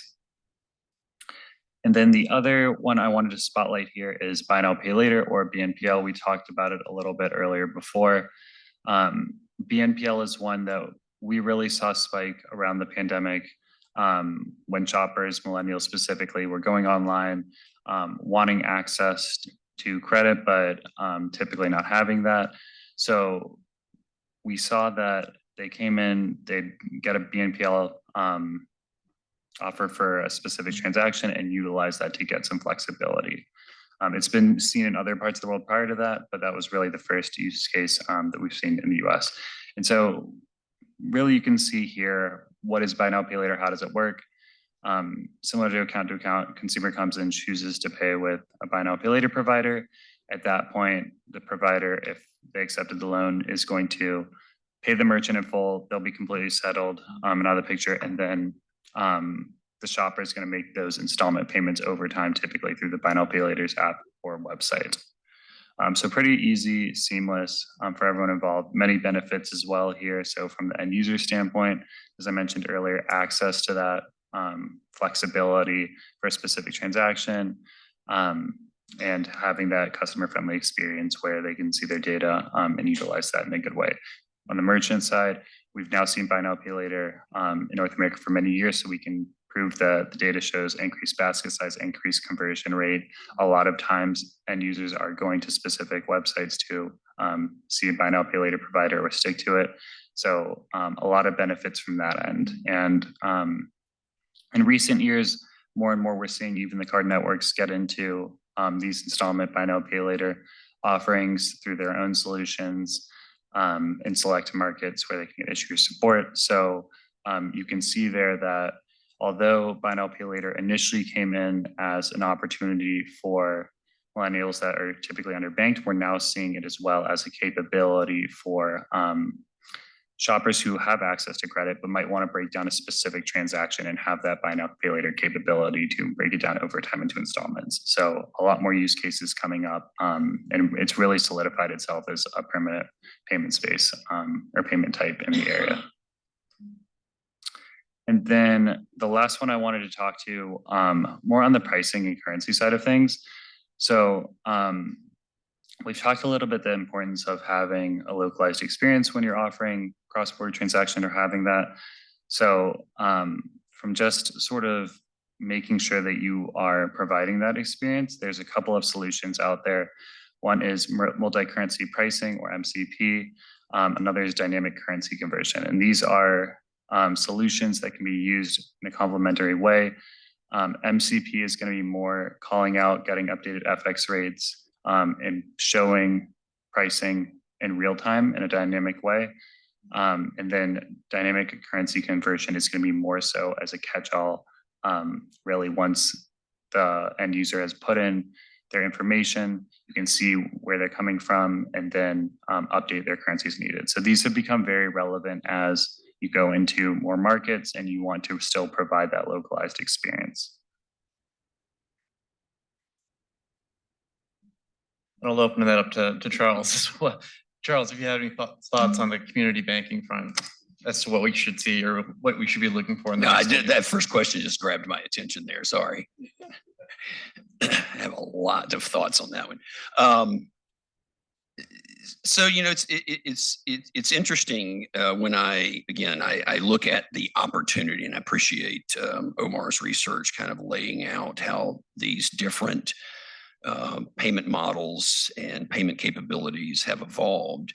And as I stated earlier, what we're seeing is a desire to be more opportunistic, to be what I like to say is a little bit more bespoke, that financial institutions and community banks of all sizes no longer have to have this homogeneous one-size-fits-all approach to the financial services and capabilities that they provide to the communities they serve. And oftentimes that means that they're looking at wallet strategies. And when it comes to cross-border, again, it oftentimes depends upon the community that they're in, whether the consumers need, want, and desire, access to payments capabilities with international transactions, and or the small businesses need that as well. So for example, Banner Bank up in the Northwest really has taken both a small business approach in building new international tools and capabilities and services for the small businesses that a lot of who are global importers. And then in some of their targeted communities who have an affinity towards certain demographics, are they making sure that they've aligned themselves with some other payments providers who give those additional capabilities and flexibility to the customers are served? And what they have ascertained is, they can keep more of those customers using their banking products than sending them down the street to somebody else. And I just, given what we see, and this applies to a lot of different things that technology has created for community banks, we're seeing more and more build really smart capabilities for the markets they serve. No, thank you for that. And I think there's one theme that I see constantly when I do research in the cross-border space is that we're seeing more of an emphasis on speed, efficiency. I wanted to hear your thoughts on, as money moves faster, especially cross-border, how should these banks be viewing security as it comes, as it relates to fraud, AML, even terror financing? What are your thoughts on that? That is at the top of the list. Where's John Douglas? The banks at the top of their list are looking at greater investments, both directly, internally, and through their partnerships in greater BSA, AML, KYC, KYB.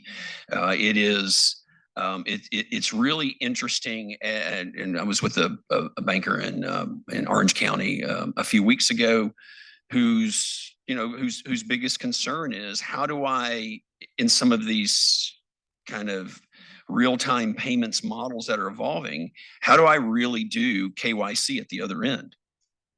And what does that look like as I'm facilitating KYC or KYB? And so I think this end-to-end equation is going to have to be figured out in order to create more money movement in a real-time fashion. Yeah, and just building off that, I think to flip around your initial question, I think you need to look at it as, will I remain competitive if I do not put the investment into these security areas in order to be able to look at cross-border transactions and get involved in that area? Because to the points we spoke to earlier, the world is getting smaller.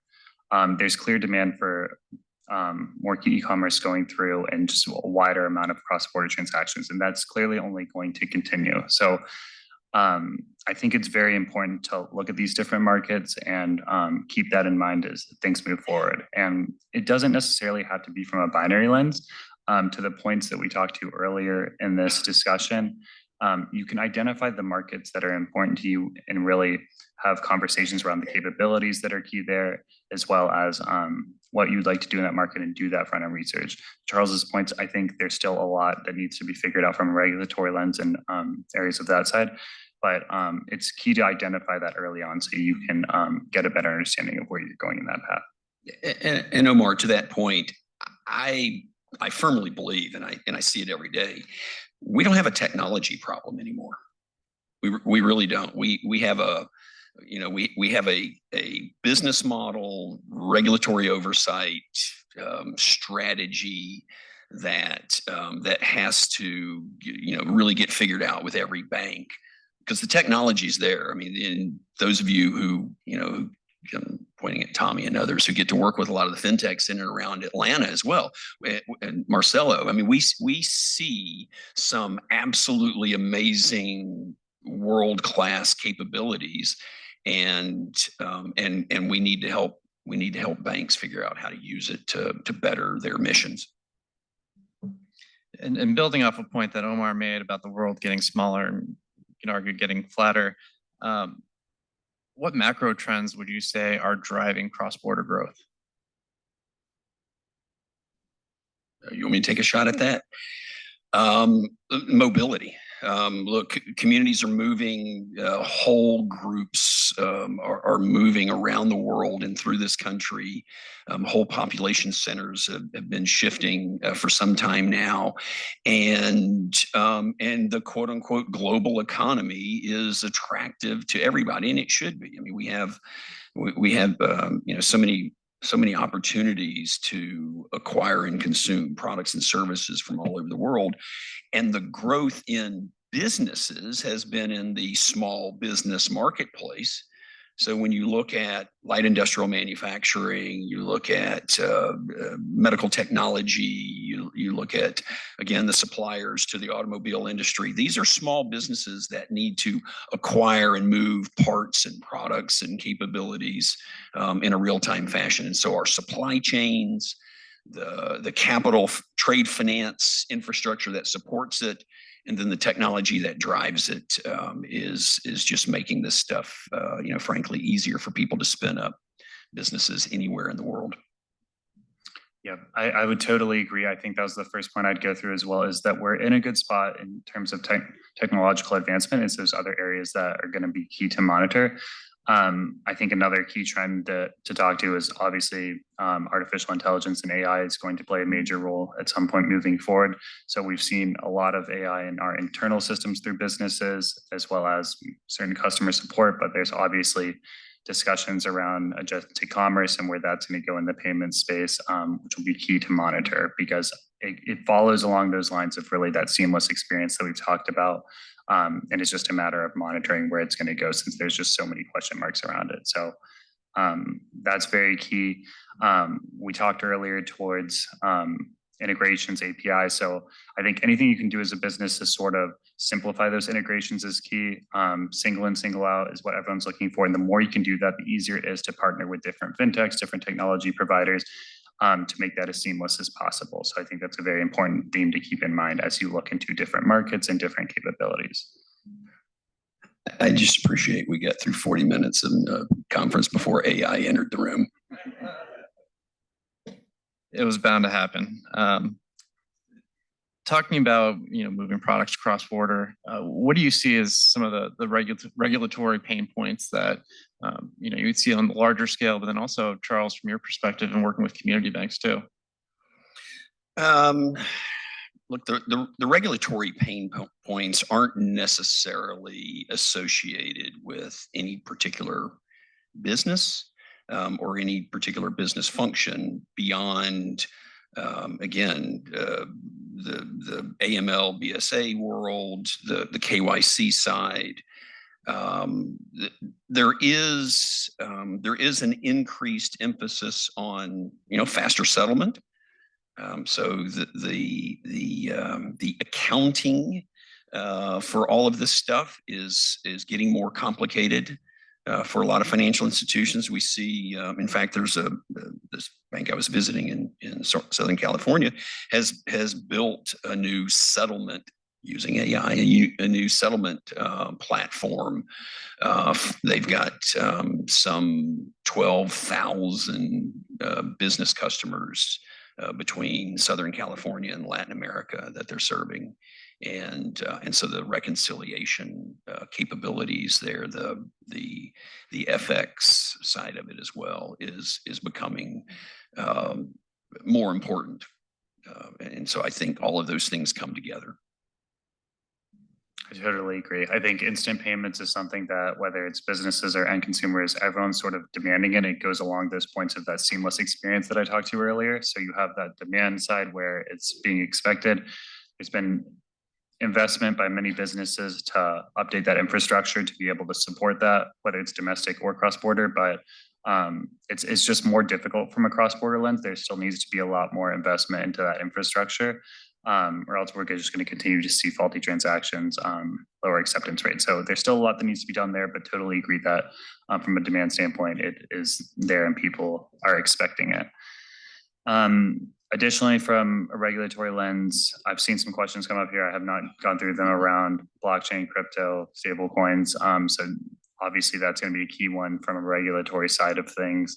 I think many have hailed that as really the savior for cross-border transactions with quicker settlement and lower costs, but there's just so much that still needs to be ironed out. Obviously, more traditional cryptocurrencies are very volatile. Stablecoins, which we've talked to here and there, questions around are obviously more stable from that standpoint. But there's just still a lot of regulatory lens that needs to happen between different financial institutions and local markets and what that's going to look like. But definitely a key one to monitor.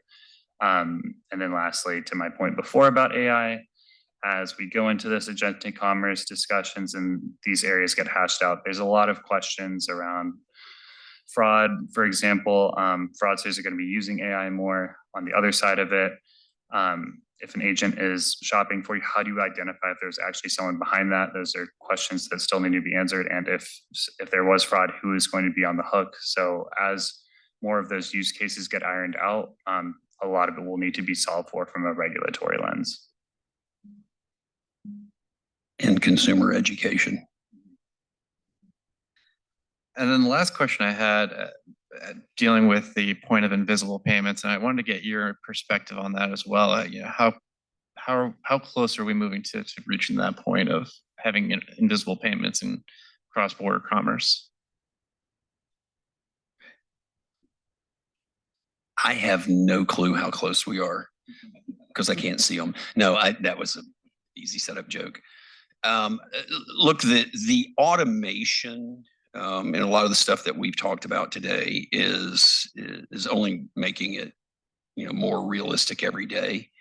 I'm not certain that we've had a good reconciliation on what's really there and how much of this applicability has put in place. I think we're still in the early days of evaluating test cases and use cases. But I don't think we're gonna get there anytime soon because, frankly, until there's some tighter examinations and oversights, we still don't know all the questions to ask. Completely agree with that. To my points before about like agentic commerce, I think there's just too many questions right now. In terms of moving towards that, I think we've seen just a ton of that in recent years in terms of just making a more seamless experience from the end user standpoint. So compared to where we were 15, 20 years ago. And a lot of that to what we've talked about and what previous presentations have talked about is because of these different partnerships between more traditional financial institutions getting together with technology providers where the financial institutions provide that scalability, that infrastructure, that regulatory lens, and then you can have technology providers come in and really provide more of that innovation and experience to make it seamless. So a lot more is happening on the back end, connecting different groups so that it can appear more seamless and visible on the front end. That's obviously just going to continue to grow as end user demand just requires it. And we have some questions coming in, but before we dive in, I wanted to ask one in closing with our panel. We have a room full of diverse organizations and then those watching online as well. What information would you want them to take back to their institutions as it relates to cross-border? Right off the bat, as I said earlier, the technology exists, the solutions exist. If you've got a clear strategy, mission, goal, objective, don't be afraid to go investigate the modern accessible solutions that can help make this possible. It's also, goes without saying that you've got to have a heavy investment in compliance and security. You got to make sure that you're buttoned up there. And you got to have some operational agility. If you're going to go and evolve or get back into or exploit an opportunity for some cross-border international business, that's a serious investment. And that's a serious investment in personnel as well. And one of the things that we've seen, and I talked about Banner Bank as well, Columbia banking system, those banks saw the opportunity and created net new business units inside of their organization so they could deploy specialty skills and capabilities and knowledge to deal with international customers and businesses. So look, it's an education opportunity and it's a strategy opportunity that frankly needs to be taken seriously. Completely agree from my side, especially on the education piece. So like we talked about, and just to be explicit about it, we know that moving forward, online transactions and the world is just going to continue to get smaller. Like we've talked about, technology is just going to continue to develop. So it's a matter of really educating yourself and figuring out what markets you want to get into and what capabilities so that you can know whether to make that investment and really what that's going to look like and do it in the right manner rather than just sort of jumping in. So I think that's the key there. And then just going and finding out what technology providers would be best to work with to meet those goals. But initially, you need to go through that educational piece initially. That's the key thing. Great. And while we open up the room to any questions, I can take the first one off Slido. We'll start with what risks and opportunities exist when transacting cross-border on public chains to limit exposing business intelligence to third parties. I think the question answers itself. I mean, that is it's a big concern. It's why if you look at what JPM did starting in 2019, they've built a closed loop solution that's transacting about $1 billion a day. Now, I don't think this is going to be. I don't think a public chain is going to be a viable opportunity for wholesale trade finance transactions to take place. There's too much confidential information there. Industrial espionage is bad enough itself. To be able to see receivables and payables information on these kinds of large transactions, I think would be a bad move on everybody's part. I completely agree with that. So completely agree that's not a path that I see moving forward. But just when looking at cross-border as a whole, there's going to be more risk. And as I talked to you earlier, it's just a matter of figuring out what's going to make the most sense for your business. Because cross-border transactions are just going to get more and more relevant as we move forward. So it's about identifying those risks and where you really want to go with them is going to be key. Cool. Thank you. We'll go down to that third question unless there's anything in the room. But to what extent are new payment money movement capabilities integrated with the actual movement of the supplies? I'm old enough to remember when we thought EDI was going to solve this for us, and I'm going to be able to move all of this discrete data along with my payments. Look, the supply chain efficiency is a function oftentimes of how much information I have available in order to make good decisions. And so these real-time payments capabilities integrated with the actual transacting and moving of the supplies is only going to become more and more important. I will say also, it allows better transparency and for the buyer to ensure that goods and services, have been put on that ship and have been put on the water or have been put in the air. And I just think again, the closer we get to the payment going with the good and service in a real-time fashion, the more efficient and effective some of these commerce opportunities are going to unfold. I completely agree there. So I think it's getting more seamless. Like we talked to earlier, I think it's really just sort of started to build these partnerships in recent years. So as more time goes, that's definitely the path that's moving forward, where these integrations are going to get better and stronger and more connected and intertwined. So I definitely see that as the path moving forward, where this will get more connected. So I think a lot of the questions now are transitioning to the stablecoin conversation. I know, Charles, you have some thoughts on this. We could start with that first question. Do stablecoins kill the correspondent banking model? No, I mean, the correspondent banking model is more than just payments. And so I think there's room for different types of payment mechanisms to evolve in the correspondent banking model. But as it applies to cross-border and international, I think stable coins potentially add a new capability and new opportunities for banks and correspondent banks to better serve their respondents. I completely agree. I think stablecoins are seen as sort of a path forward and potential option for cross-border transactions.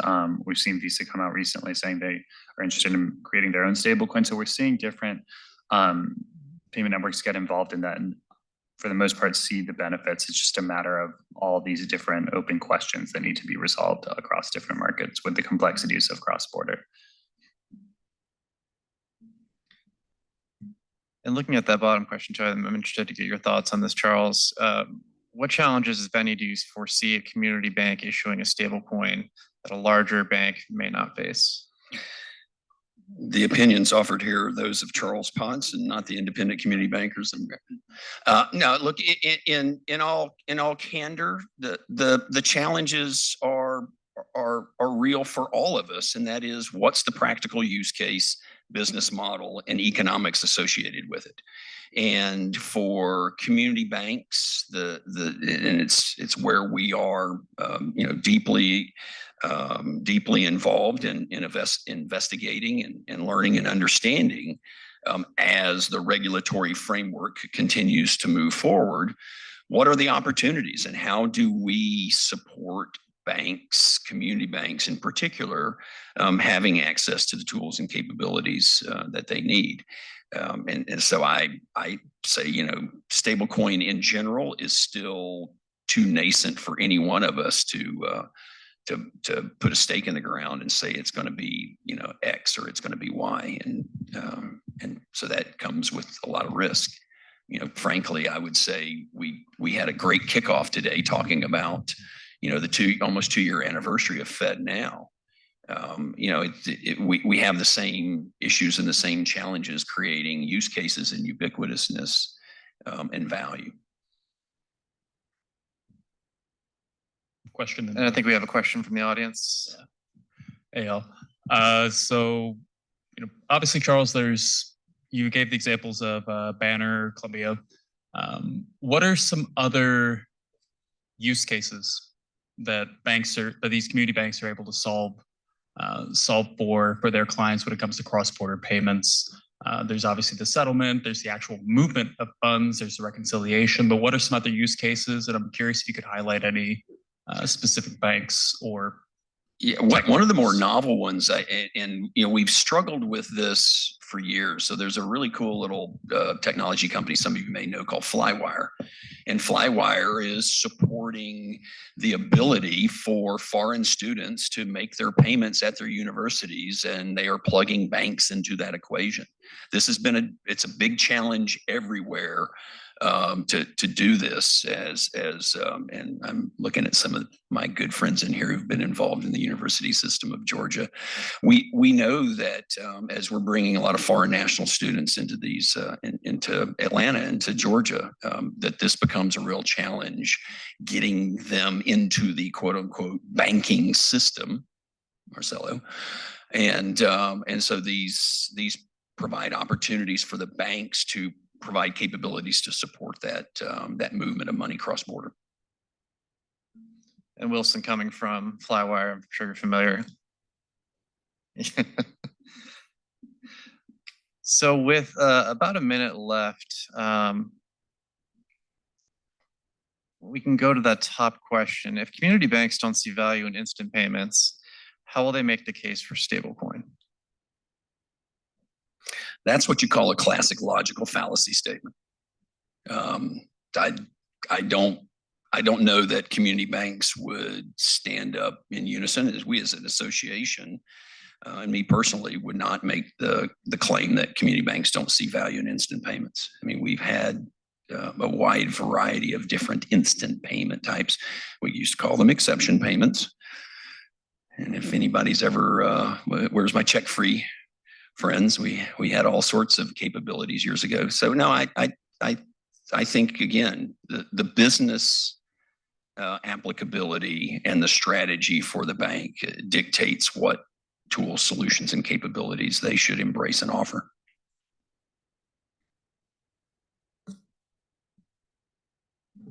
Yeah, I completely agree. I think with where instant payments are at right now, I think there's specific use cases that make more sense for it than others. With stable coins, obviously cross-border transactions are slower and have higher costs. So I think that's where sort of the differences come in. So it all, again, comes back to your use case as a business and what you're looking to do there.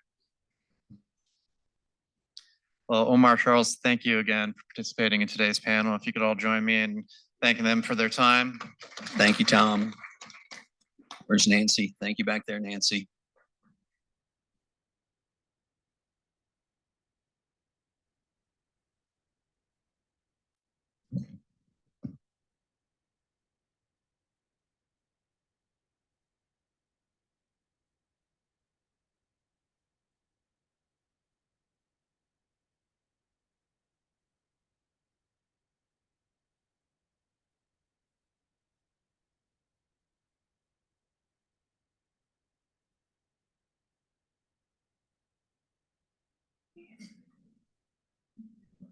Yeah, green light was on. Okay. We're going to be doing a real quick change here. And if you could all just kind of give us a minute or two. Hope you all are enjoying all of the sessions so far. And I think you're in for a real treat here for our next session. And as the guys are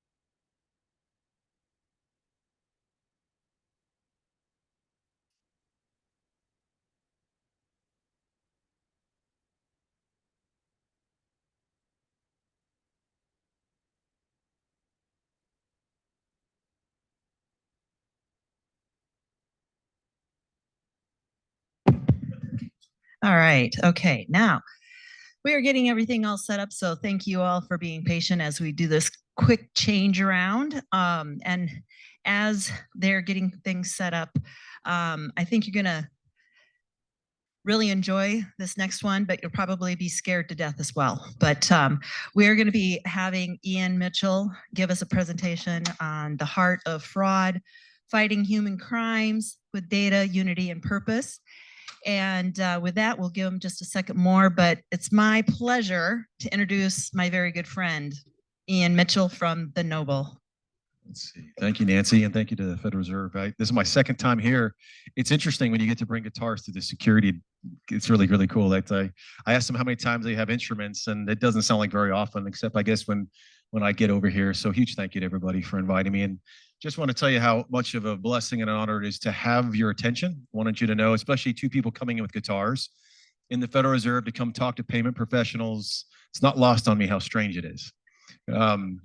But I am a 25, 26-year-old banker. I'm a fraud fighter, banker at my core, and a musician. And so I'm going to talk to you a little bit about this, what's happening behind these transactions. And so that's what the conversation is. We're going to start off with a little music, though, if that's okay. The song's called Old Dirt Road.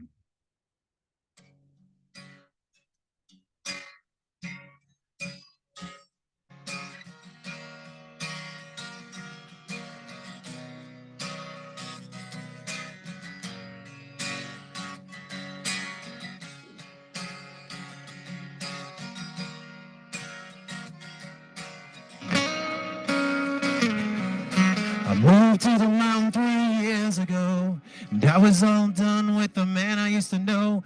All washed up, I had done my time, paid my dues, made it out just fine. But this is a song about a man that could rise from the ashes, still do some good. Find a new passion down the old dirt road and make a new life.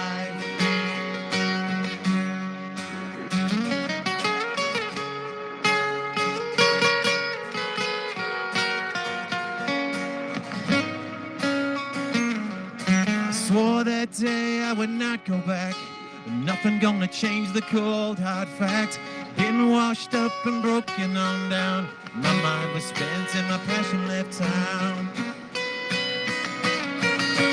This is a song about a man that could rise from the ashes, still do some good. Find a new passion down the old dirt road and make a new life, a life worth living. This is a song about a man that could rise from the ashes, still do some good. Find a new passion down the old dirt road and make a new life. So this is Chris Graham on the guitar here.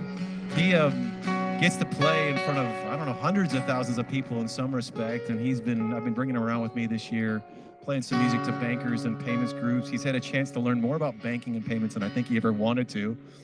Hugely talented guitar player. And that's a song I wrote about my personal journey of, and Chris is going to come back up at the end here, my personal journey of finding freedom when it came to my day-to-day work and what I've been doing. So get into this conversation with you. I do want to tell you that some of the topics I'm going to talk about are a little bit difficult. And so I don't ever find it, if you have to leave, not a problem. Because some of the topics, like I said, aren't going to be easy to hear. So definitely not a worry for me. I do want to talk to you about the heart behind the transactions that we all deal with. A little bit about me. I am the founder of a nonprofit called The Noble. By show of hands, who has heard of The Noble before? Maybe 50%. The Noble is a nonprofit I started in about 2019.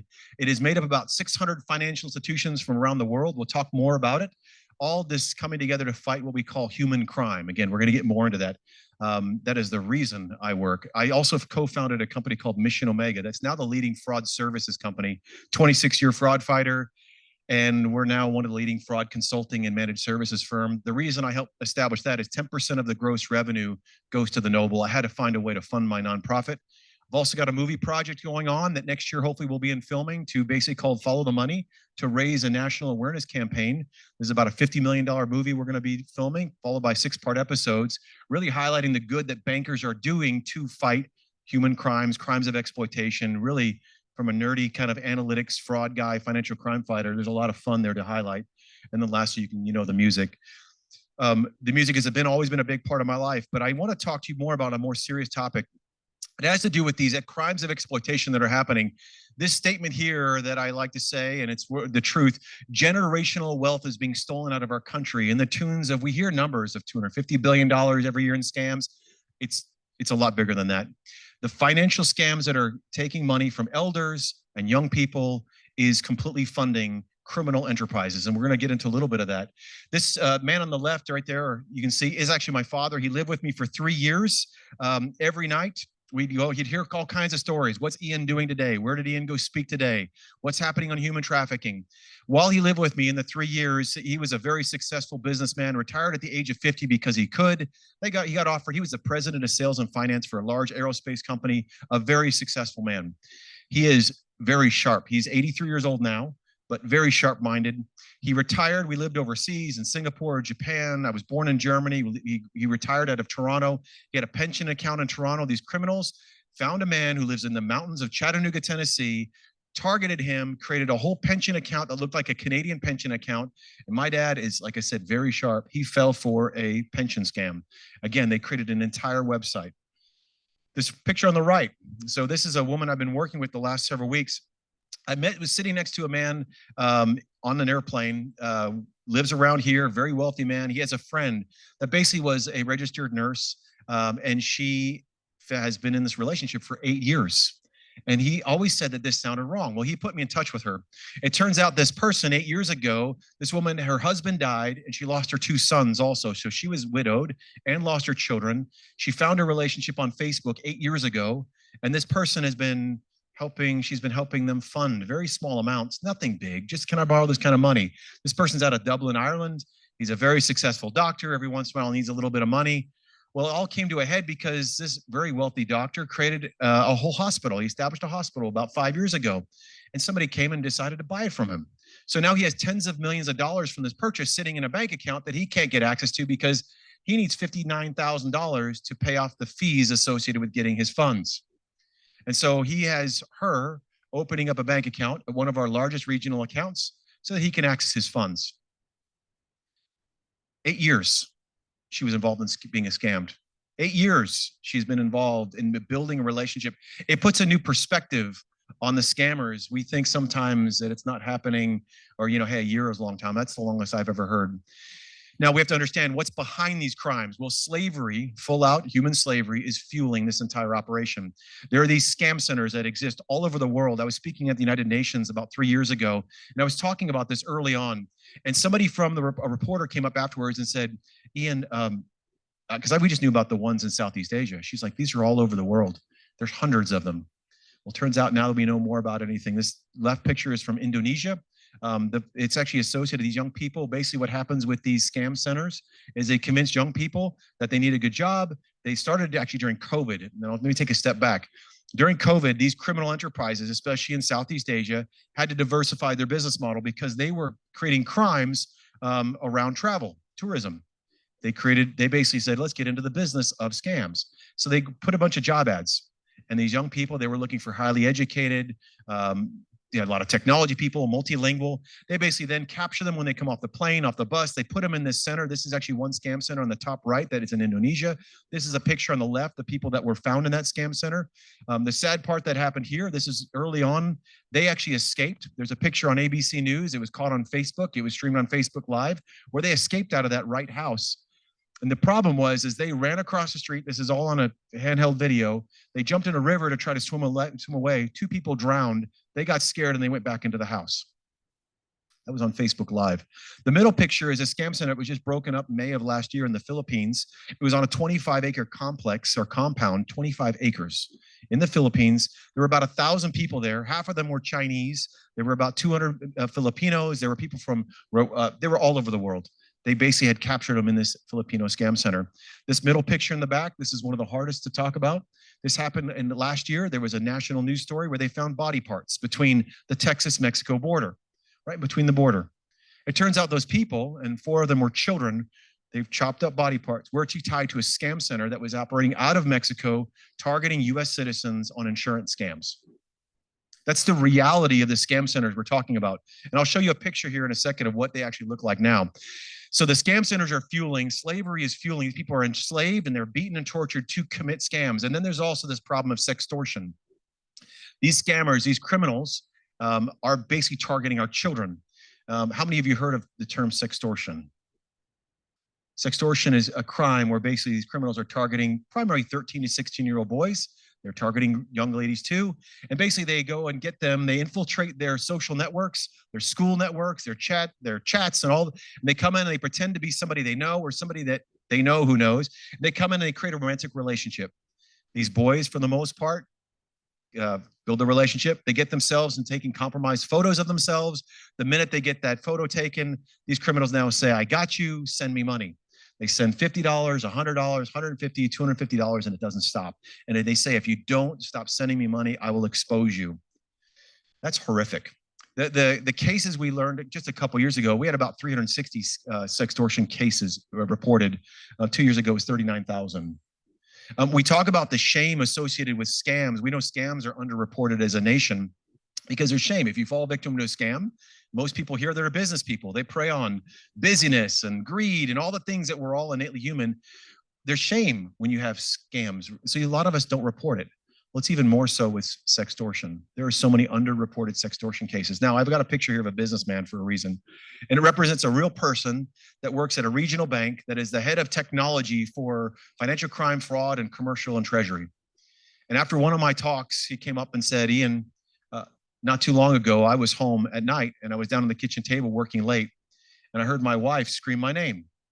And he ran up the stairs and he found his wife crumpled over his son, and his son had just told his wife everything before he was going to commit suicide, that he just told everything to his wife, that he fell victim of a sextortion scam. I have also had this talk, and I've had 3 other executives, technology, one of the largest financial crime fraud platforms in the business, the head of marketing there. They all fall victim when we meet people. Like, this is hitting our homes, this sextortion problem. And the reason this is so important, we talk about who our vulnerable people are. It's not just elderly, it's not just youth, it's not just low income, it's all of us. We are all vulnerable to these crimes of exploitation. They prey on all of these. And this is one that hit this particular gentleman, had a very functional home, great relationship with their kids, his wife, they belong to their local church. We're all at risk at this point. I think that's the point I'm trying to make here. So what's happening? Well, I had this hypothesis in 2018 that somehow fraud was tied to human trafficking. It was a crazy idea before we knew about this scam center problem. And so I was on this, I've been so blessed with relationships with federal law enforcement agencies. And I was on the phone talking to different agencies. And I remember this conversation where I was asking, hey, is there this connection? I was sitting outside of a hospital. My dad was in the hospital. I'm out in a parking lot. And this agent, I got on the phone. There were about 8 agents on this phone. I remember one of them said, absolutely, they're connected, Ian. This is the case. Basically said, I had a case where there were 47 bank accounts that were tied to business email compromises, which is a commercial scam, account takeovers, romance scams, transactions ranging from $150 to hundreds of thousands of dollars across 47 accounts. Those monies were then muled to 3 financial institutions, primary regional financial institutions, to one institution. It's one of the largest US-based global financial institutions. And they moved that money to an account sitting in Africa that was trafficking human beings and drugs. That's the reality of what it used to be. The reality of what it is now, this is some data that I got from an organization called GrayWolf.ai. I'm working with them on some visualization. But this is some reality of where we're seeing the money moving. We are not able to yet map. I was on the phone with the Secret Service yesterday, and they're doing some tremendous work of going after these scam centers. But when we start seeing these hubs of where this money is moving, this is largely a global problem. This is just one view of their data, looking at person-to-person payment transactions, not wires, not ACHs, but this is the global problem. This is money, again, going back and forth between these criminal organizations. Other maps I've seen are a lot more complex than this. We are fighting a global enemy that is not afraid of committing evil and exploiting people for money. Okay, so I'll switch to human trafficking. Years ago, when I was just getting into this, just created the Noble, just learning about these crimes, I was hearing all this stuff was, hey, Ian, human traffickers, they use cash, then they use cryptocurrency. I'm like, well, I don't know if this makes sense. And so what we did is we worked with a couple survivor organizations, and we interviewed 19 human trafficking survivors that have been far enough in their recovery journey. We worked and asked them 6 simple questions. We wanted to do it very sensitively, and this is what came out of it. I'm going to read some of these quotes. Remember, these are exact quotes that came from the mouths of people that have been through an unbelievable trauma. He would transfer a lot between different accounts in different banks. He was very organized with it all, and would get upset even if it was a penny off. He had about 10 accounts. Some of them were bank redacted. And I know he used primarily bigger banks so he could go between states. I know he had bank redacted and bank redacted or bank redacted and bank redacted in the name, and he only liked to do deposits on Tuesday in person. The rest was online. So I just stop here for a second. When we think of human traffickers, we used to think of funny dressed people sitting on a street corner prostituting people. That may be the business of some traffickers, but that's not the business of all traffickers. This has been a global enterprise at scale, and these people are businessmen that happen to sell people. That's what's going on. They're not unsophisticated. When we talk to survivors, this was done several years ago, when we have more conversations, this is something that we're actually interacting with people that are not afraid to go in person. The trafficker would go in person, go online. I was told to go in. So in one case, the trafficker went to our branch. In another case, the survivor, I was told to go in and make deposits so he couldn't be seen. In other cases, we have survivors going into branches. In other cases, the pimp's account, he had me go through the drive-through. They're not just using cryptocurrency, they're using cash, funds transfers, they're using ATMs. We know they're using gift cards. They're doing wire transfers, especially when they're funneling money to larger organizations. They're using debit cards and credit cards. We see them using everything, and they love person-to-person payment transactions. Like what they've done, because we haven't been looking. Again, you're going to hear my story. I wasn't looking. They're able to operate in the wide open and leverage what was intended for good to bring great services to the community, to fund loans, get people in houses, get cool automobiles and make savings, all these great vehicles that are meant to do good.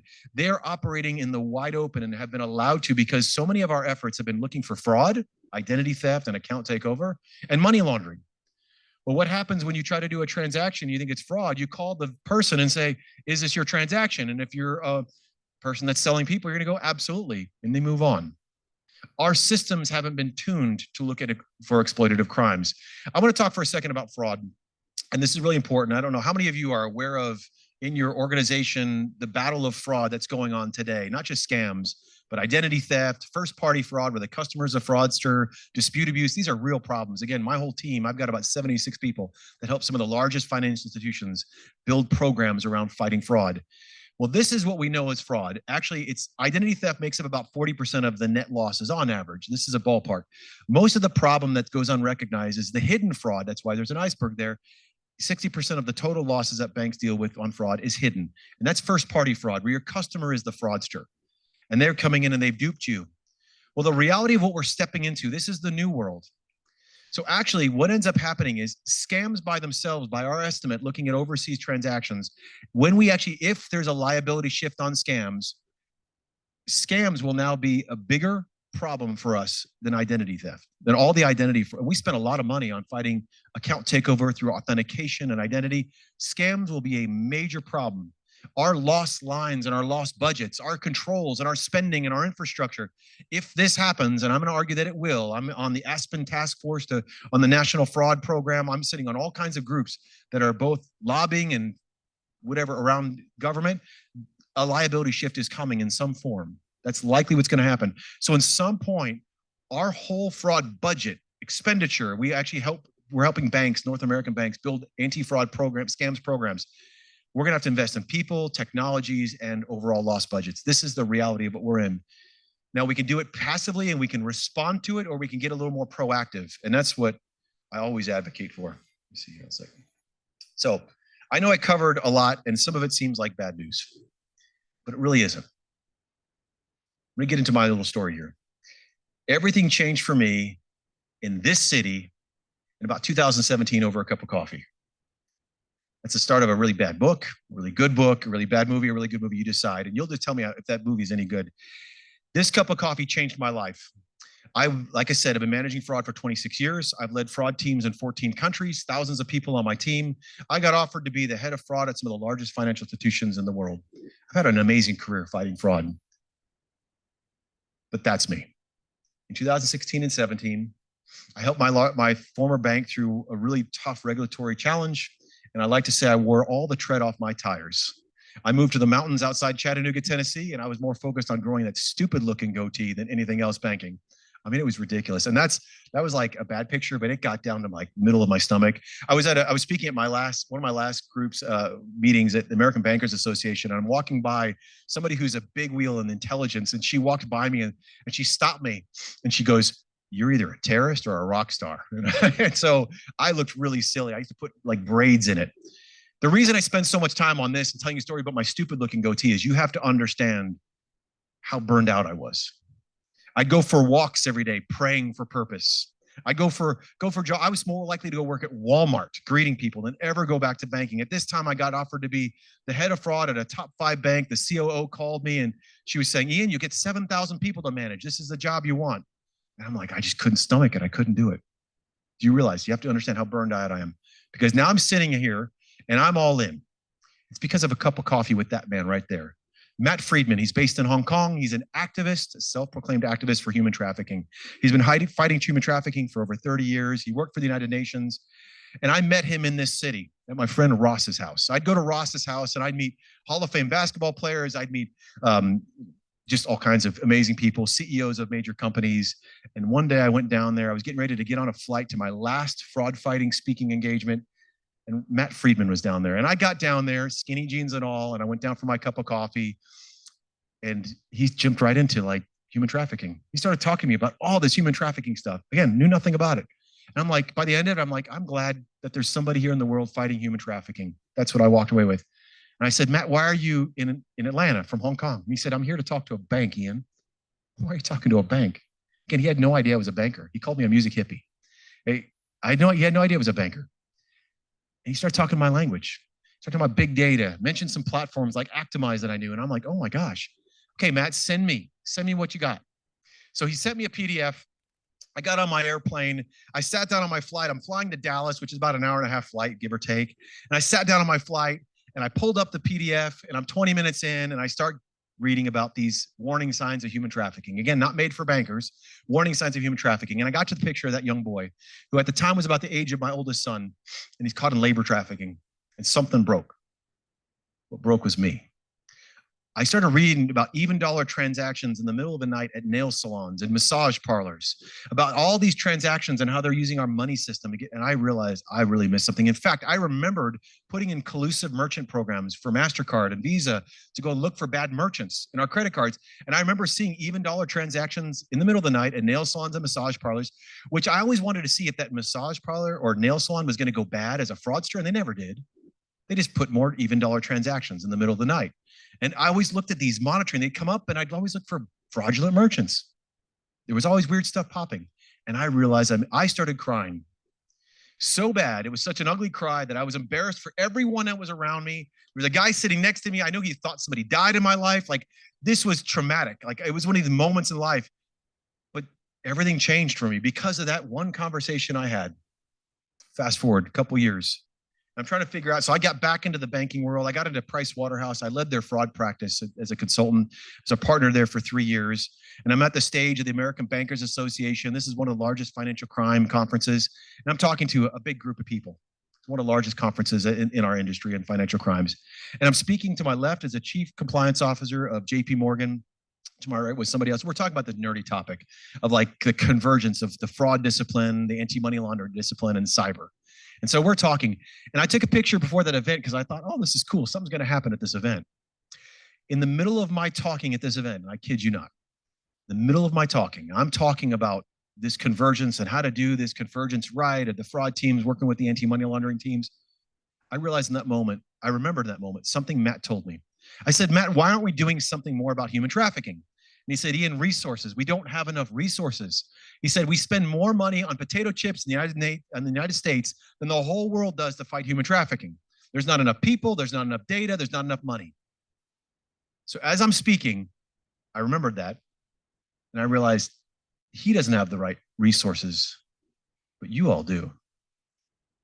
You guys have some of the most sophisticated systems in place to detect anomalies that are happening every day, every moment, overnight. You have some of the best people designing payment rails, designing your money laundering controls, designing permissions, onboarding merchants. All of that happens every day in this room and all the other rooms I get to speak in. I'll be at MasterCard at their risk conference in Italy in just a couple weeks.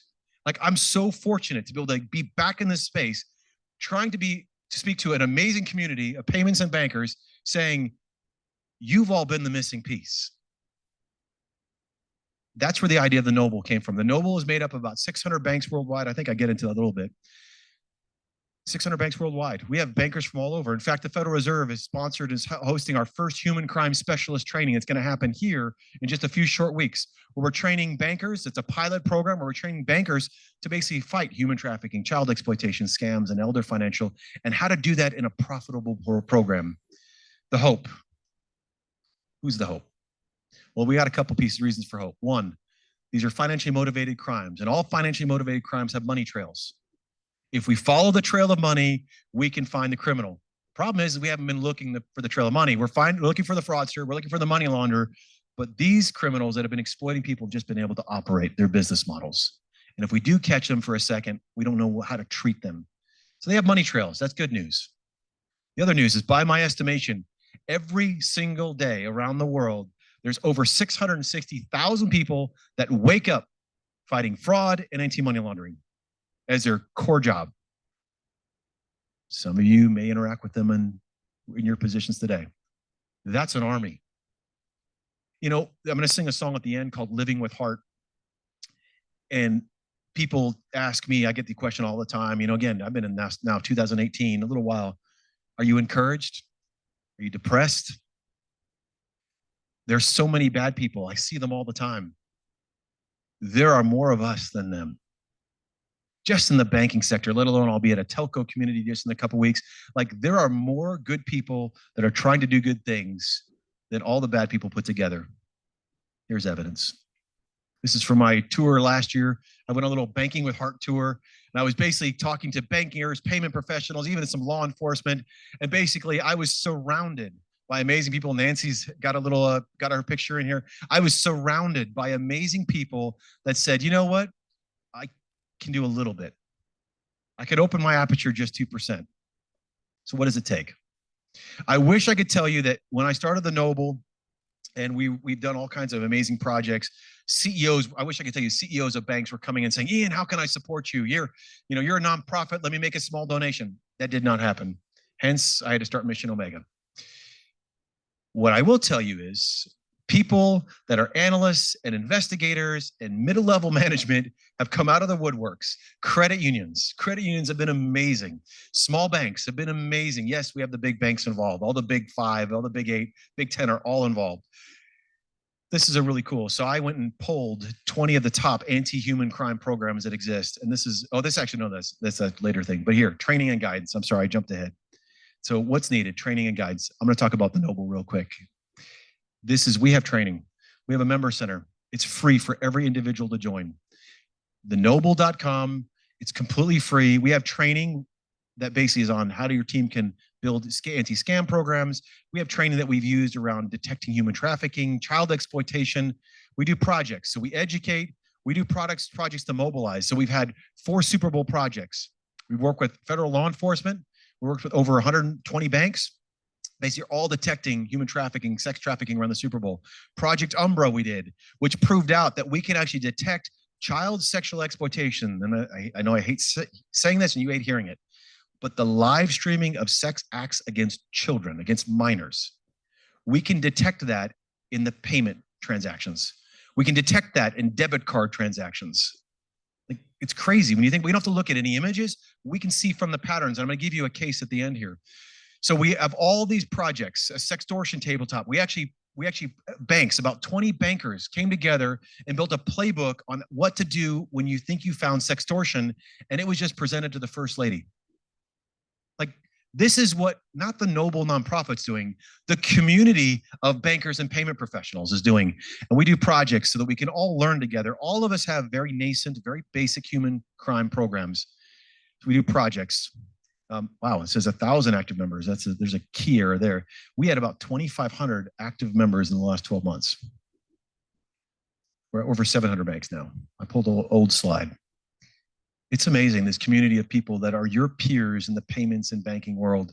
It's an unbelievable community to be a part of. So what can we do? For bankers and payment professionals in the room, this should look familiar. Prevent, detect, and respond. That's true for every financial crime, every fraud program. If you're in risk management, that's the basic structure. We can open our apertures, our policies. We don't have to do anything different other than being intentional of incorporating whatever human crime type that resonates with you as a leader, as a manager. One of the things I love in this, and there's a lot of things here that you get lost in the pictures, and we have whole free assets in the member center at the Noble to like guide you in each of these. But one of the things I love is for anybody that deals with a vendor, how many of you deal with a third-party supplier, vendor, solution provider? 1, 2, 3, 4. You can ask any of them. Just say, hey, I know it's kind of off topic at the end of your meeting. What are you doing to fight scams, human trafficking? It sounds so, can I ask you, you just say, hey, can I ask you a really bizarre question? Like, just, what are you doing in this? That by itself, if you take the 10 people that raised their hands here and they get a call. We all call the same vendor and they hear it 5 times. I promise you, as a solution and service provider, sitting at PwC's world, having worked with vendors before in my different banks I served at, they listen. If 5 people make a phone call, they'll go, maybe we need to have a human trafficking policy. Child exploitation, I'm not sure what I deal with it, but let me ask somebody, and I know I can ask. That's powerful, you guys. Your solution and service providers listen. Okay, I want to talk about how we're doing in the banking industry. I'm gonna get a drink of water first, if that's okay. I gotta sing after speaking. It's always fun when you gotta get to talk for an hour straight and then try to sing. So how are we doing as a bank industry? Well, I wish I could tell you we were doing better. We're not doing bad in some cases. A survey that I put together with the top 20, this is where I was going earlier, top 20 anti-human crime programs. This is the results from them. So how many of banks actually have proactive, oh no, sorry, this is actually, that's a later survey. This is actually something from, of all our banks involved, 88% have a human trafficking monitoring program in place. 83% in 2024 and 2023. This is all of our Noble members, by the way. So that's the blue. We have something in place. That's great. How often does your organization reimburse from scams? Well, you can see here, 50%, it's pretty much 50%. How often our scams are being reimbursed 50% of the time plus. What's interesting is Never is actually growing. If you see there in the bottom blue, so actually like there now is a bigger population that's saying, we don't ever reimburse from scams. This is one that's coming. Again, there are situations where I know reimbursing on the scam side is tough because there's no, official regulatory liability here. But then there's also negligence and things that we trip into that sometimes we have the opportunity to step up and protect our customers. What's the return on investment? This is my survey. This is what I've been talking about getting to the last few times. This is where I pulled 20 of the top banks that have human trafficking, human crime programs in place. And I said, how did you justify putting resources against it? The number one reason you can see there is reputational risk, followed by intrinsic good. You see, I wish I could tell you that there was a magic formula that said, if you put a human trafficking program in place, you're going to generate this much revenue, you're going to get this much savings for return on your investment. It's not that. We're not there yet. On scams, I can argue that by putting a scams program in place, you can actually retain customers. And I've lived that and I've seen that and I'd love to talk about that. But all the rest of it's a little harder. What I have seen is putting in these human crime programs completely changes the atmosphere of an organization. I have seen when a bank president says, hey, I want to take care of a scam victim. This came out there's a major regional bank president that just announced something a couple months ago, made national news. And all of the bank employees I interact with are unbelievably encouraged. I've seen solution providers that have completely changed their sales practices. And now a part of their sales, they actually talk about the fact that their business does good in the world. It completely changes the atmosphere of an organization when you actually start incorporating doing good for humanity in your day-to-day job. This is the result. The driving force of putting a human crime program in place is middle management. It's not the CEOs or the CFOs. I love it. That brings me a lot of hope for the future.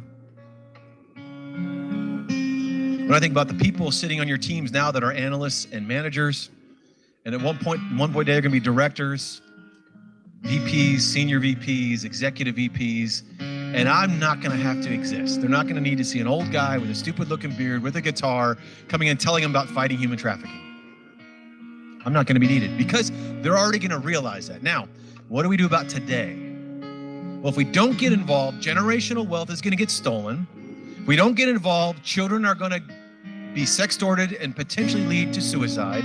If we don't get involved, there are going to be scam centers that are operating in the wide open with Starlink on their buildings. I mean, these scam centers, these are giant compounds with 10-foot walls that are these giant apartment building kind of complexes, and they're never allowed out of there. There can be people enslaved because it's so profitable to commit scams. If we don't get involved, and so what I want to know is like, yes, I think the future's bright. I'm gonna leave with 2 stories, then I'm gonna make you listen to another song. One of my good friends, she's an amazing head of fraud at a really awesome bank. And she had me come speak at an all hands meeting. The CEO invited me, and it was really cool to get invited. And then on the day I was invited to speak to the entire bank, there was a major organizational change, and it disrupted a lot of, but it was really cool because she got to talk at the end of this talk about this scams problem. She got to share that she last year put in a scams program that they're now tracking scam cases in a major top 10, top 15 bank based out of North America. Awesome. You know, she's talking about this scams program she built. They're tracking it. They're now knowing what's going on, how many of their customers are falling victim. And she said, Ian, we have 146 cases in our scams database. And I was excited until she said that number. Because this bank's big enough that they probably had 146 in the last hour. We got to start somewhere. And this is my friend, and she's amazing, and she's doing amazing. And my guess is this program's a lot more mature. But the reality of what we're fighting is we have to start. But there is urgency. And that's the key. One more story. One of my favorite child exploitation fighters at another regional bank. She's been putting this child exploitation program in place in her investigation shop. It's unbelievable. It's one of the best in the country. So she just expanded it. And she found a 17-year-old boy. All the markers. They were buying video equipment.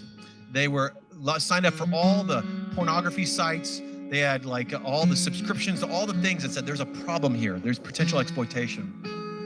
They reached out with law enforcement. This young man was selling pictures of himself so that he could get money to buy guns to do some mass shooting. That's the reality. Now, I'm so glad that this young man is hopefully getting help. But when we talk about the power of the banking and the payments network, the unbelievable power that we have to do good, bring services and protect people, like that's the reality. And it's because of the ecosystem that we operate in and we own and we operate. It's unbelievable. And there's such a power. And so what I will tell you, and this is the party thought, and then I do have a request at the end that all of you can say no to. As you saw that picture, I love that silly heart picture. And Nancy has asked if you guys would be willing to come up on stage after this song to take a picture with a little Taylor Swift heart. Because I think what we're really trying to do is show the payment world and the banking world that we want to do better. We can. I love this saying, and this is just something I realized. I've got a great friend that I met on my mountain. He said, just walk it out. You don't have to have all the answers. And so for me, purpose finds you. Your decision is to accept it and then have the courage to walk it out. I had to quit my job, grow out a goatee, move to the mountains, give up on almost life itself to go say I'm going to work at Walmart to find purpose. And then I had to go and decide I'm going to go walk this thing out. And I'm not a human trafficking expert. I'm just a banker that was a fraud fighter that loves people. This is a link to my website, but in that, the top link on there, you'll see the Noble, or you can go to thenoble.com. Free to join. Every asset, everything that's in there is completely free for all bankers.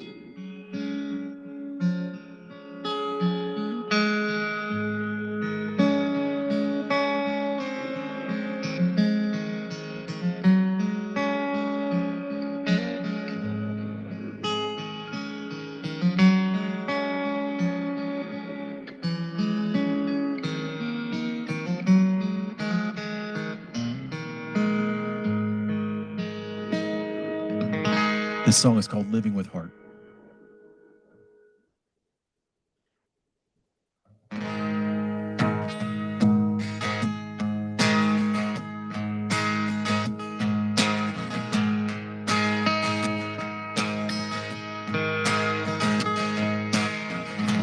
I've been all around this country,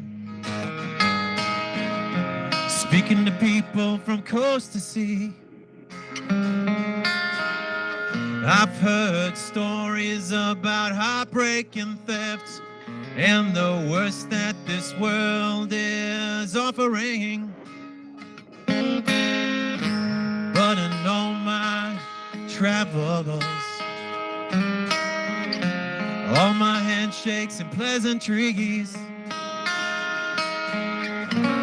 When I sit back and take inventory, I can't help but see the truth all around me. There are good people, a whole lot of them, more than the worst of the worst, doing more than just living.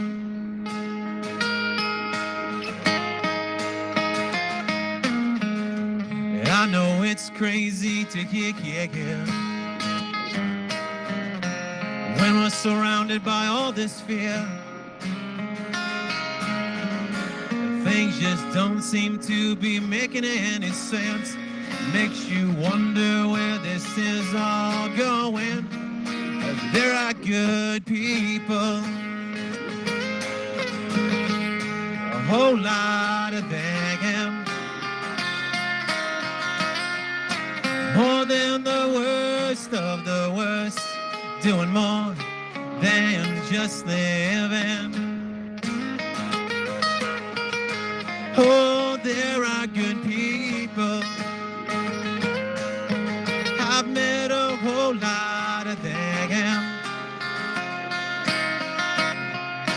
caring for each other when it's hard, standing up and living with hearts. So open up your eyes and see what's really happening. Remove this distraction. Open up your eyes and see what's really happening. Remove this distraction. There are good people. I've met a whole lot of them, caring for each other when it's hard, standing up and living with hearts. Yeah, you're living with hearts. I know you're living with hearts. You're standing up and you're living with hearts. Thank you guys for your attention.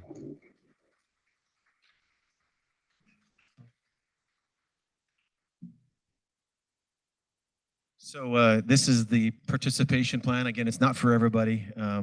Don't feel embarrassed, but if you wouldn't mind, if we could gather around the stage up here and do a little picture together. I don't know if you guys have ever seen it. You guys are coming up the Hubble telescope, the new pictures. This is amazing. The galaxies, the pictures that are there. You realize like each of those represent amazing amount of stars, suns just like ours, and then there's planets that we don't even see. Like just being a light in the organization you're sitting in has so much power. If you guys would come on up for the picture, that would be amazing. And we're just going to do a picture around this. I don't know. Ian, are you going to take any questions on Slido? Oh, yeah. You want to do questions first? Can we Would you do rather questions that? yeah. Question. Okay, Can I'm I? sorry. Questions first. Good question. So sorry. Yes, sir. Oh, here. Are you doing anything for the up and coming event that we're going to have here in Atlanta with the World Cup? Because when the Super Bowl was here in 2019 and we assisted Attorney General Carr, it was a huge human trafficking. Operation Red Hook was created by the Homeland Security Department. We participated in that.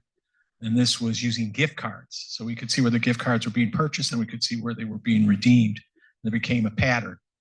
It was catering services, hotels, and Georgia is the fourth largest state to have human trafficking. It's LA, or really they're getting ready for the Olympics, but it's California, Texas, Florida, and then Georgia. International airport, a lot of conventions, a lot of sporting events. That's what defines it, and military, if you can believe it as well too. So those four characteristics are all part of the four. I know California is getting ready for the Olympics, and we're getting ready for the Super Bowl that's going to be here. Love the question. Thank you. We are working, we have presented the funding, the sponsor request to two of the largest payment networks in the world to see if they would help fund that initiative. That is a scale that far exceeds the Super Bowl. The Super Bowl, we're able to fund with $25,000. The scale in the MENA cities, it's one of those that we're still waiting for final yay or nay.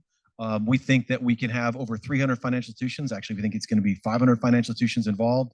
We think there'll be 25,000 escalations coming out of the banks themselves, just based on extrapolating from our other initiatives. Our hope is we can do that. Because of the size, it's not a small project, but the banks are ready to go. It's just a major coordination. The interesting thing about our human trafficking detection efforts is it's the only example that I'm aware of where law enforcement actually gives us real intelligence for banks to look at that actually will say, hey, you need to look for this individual, these patterns, these locations. It's a powerful effort that everyone who's been involved in the Super Bowl projects comes away with a more robust financial crime and stronger financial institutions. So our hope is yes. We're getting close on time. We were supposed to have an answer back about a month and a half ago from one of the largest global payment networks, and we're still waiting despite all our follow-ups. So regardless, we'll do something really small if we need to, but the opportunity for us to have a major impact, especially as a financial community, we can lead the world. The United States especially, as such, we set, while some ways maybe we've been behind in some cases, everything we do, we set the standard. And we have such an opportunity to set the standard here with the World Cup. So my hope is yes. My hope is that there will be 500 banks involved, at least involved in that. You have another question? Yes, sir. Nancy over here.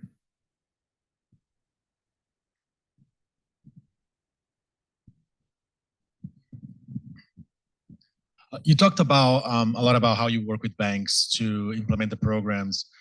With the growth of bank as a service, there are a lot of fintechs that have multiple bank relationships, and they are that abstraction layer between the banks and the actual customers.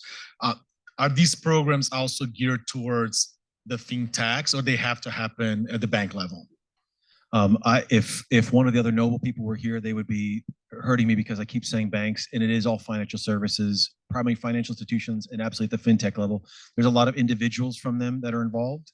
So absolutely, anybody who's in the financial services layer is our customer, and that's who we hope for. We want to put the tools in place in systems and providers where we can actually increase the detection. What's interesting about the fintechs and even some of the processors themselves, I have this hope that some of the largest payment processors will get on board in a big ways, because anywhere there's an aggregation of data and solutions, we have an opportunity to exponentially get the programs and our detection systems out. So yes, it's a great question, and the answer is yes. We've quite a few. Yes, sir.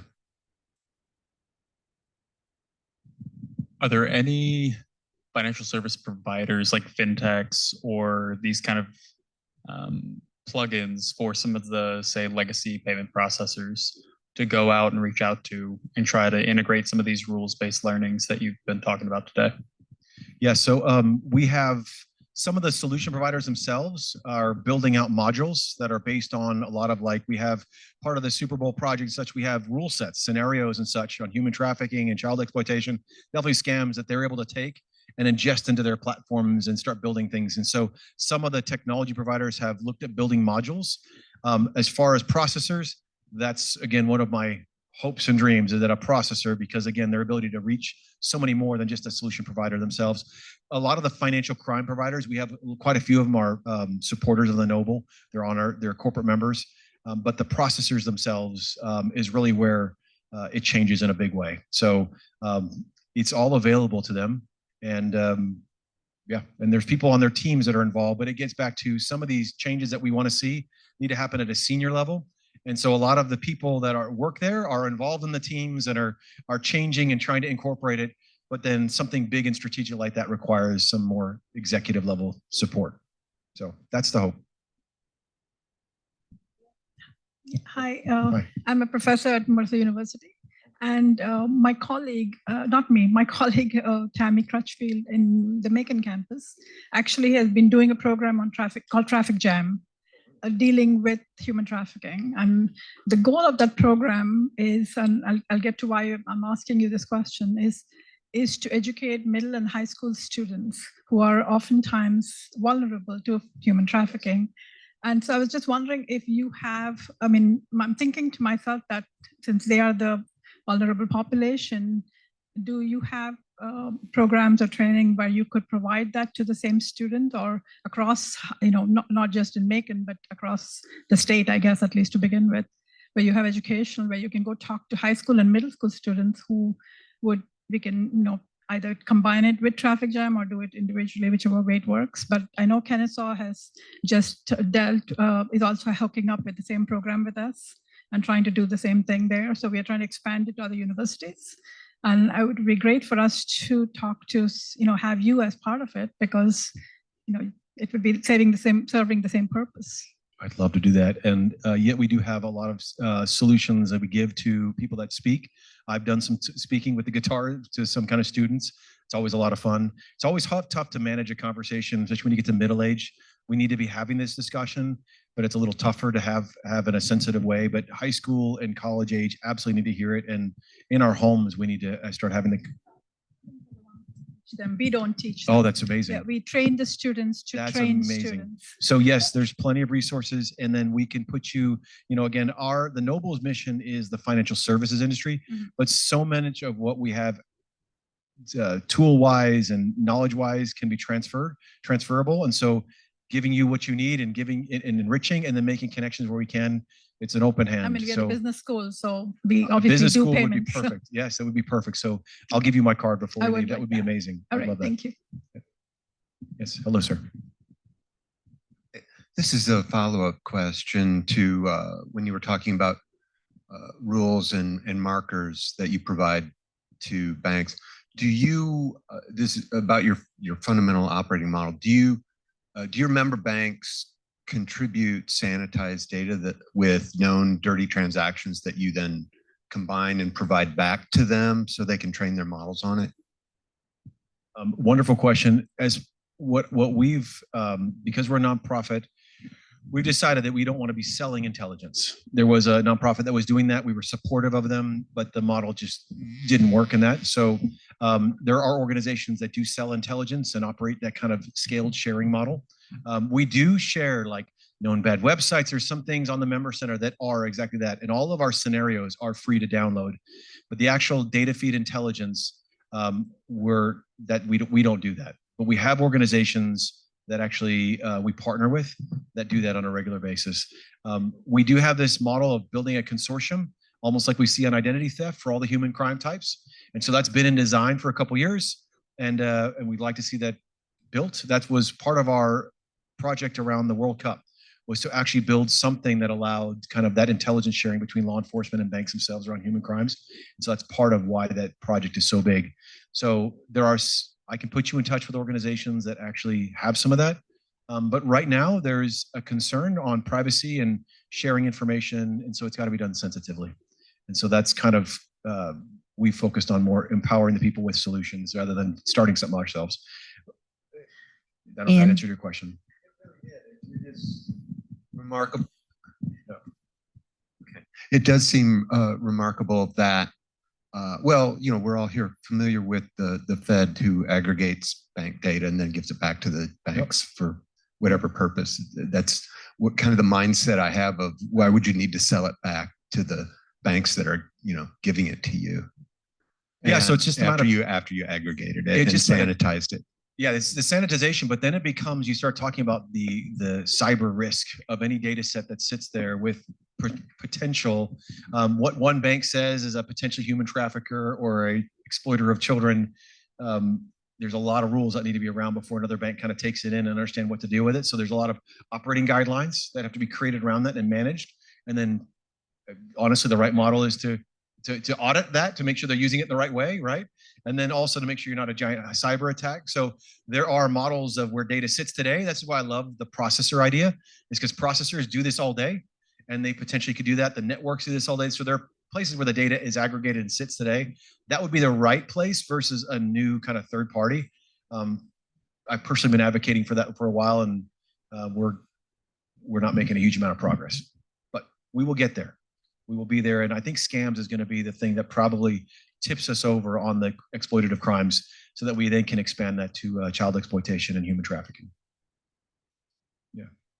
Okay, one last question, and I'm going to take it because I want to give you a question. Okay. As soon as I'm done with this question, we're going to have Lolly go on up on the stage and close things out, and then we'll turn off our virtual feed.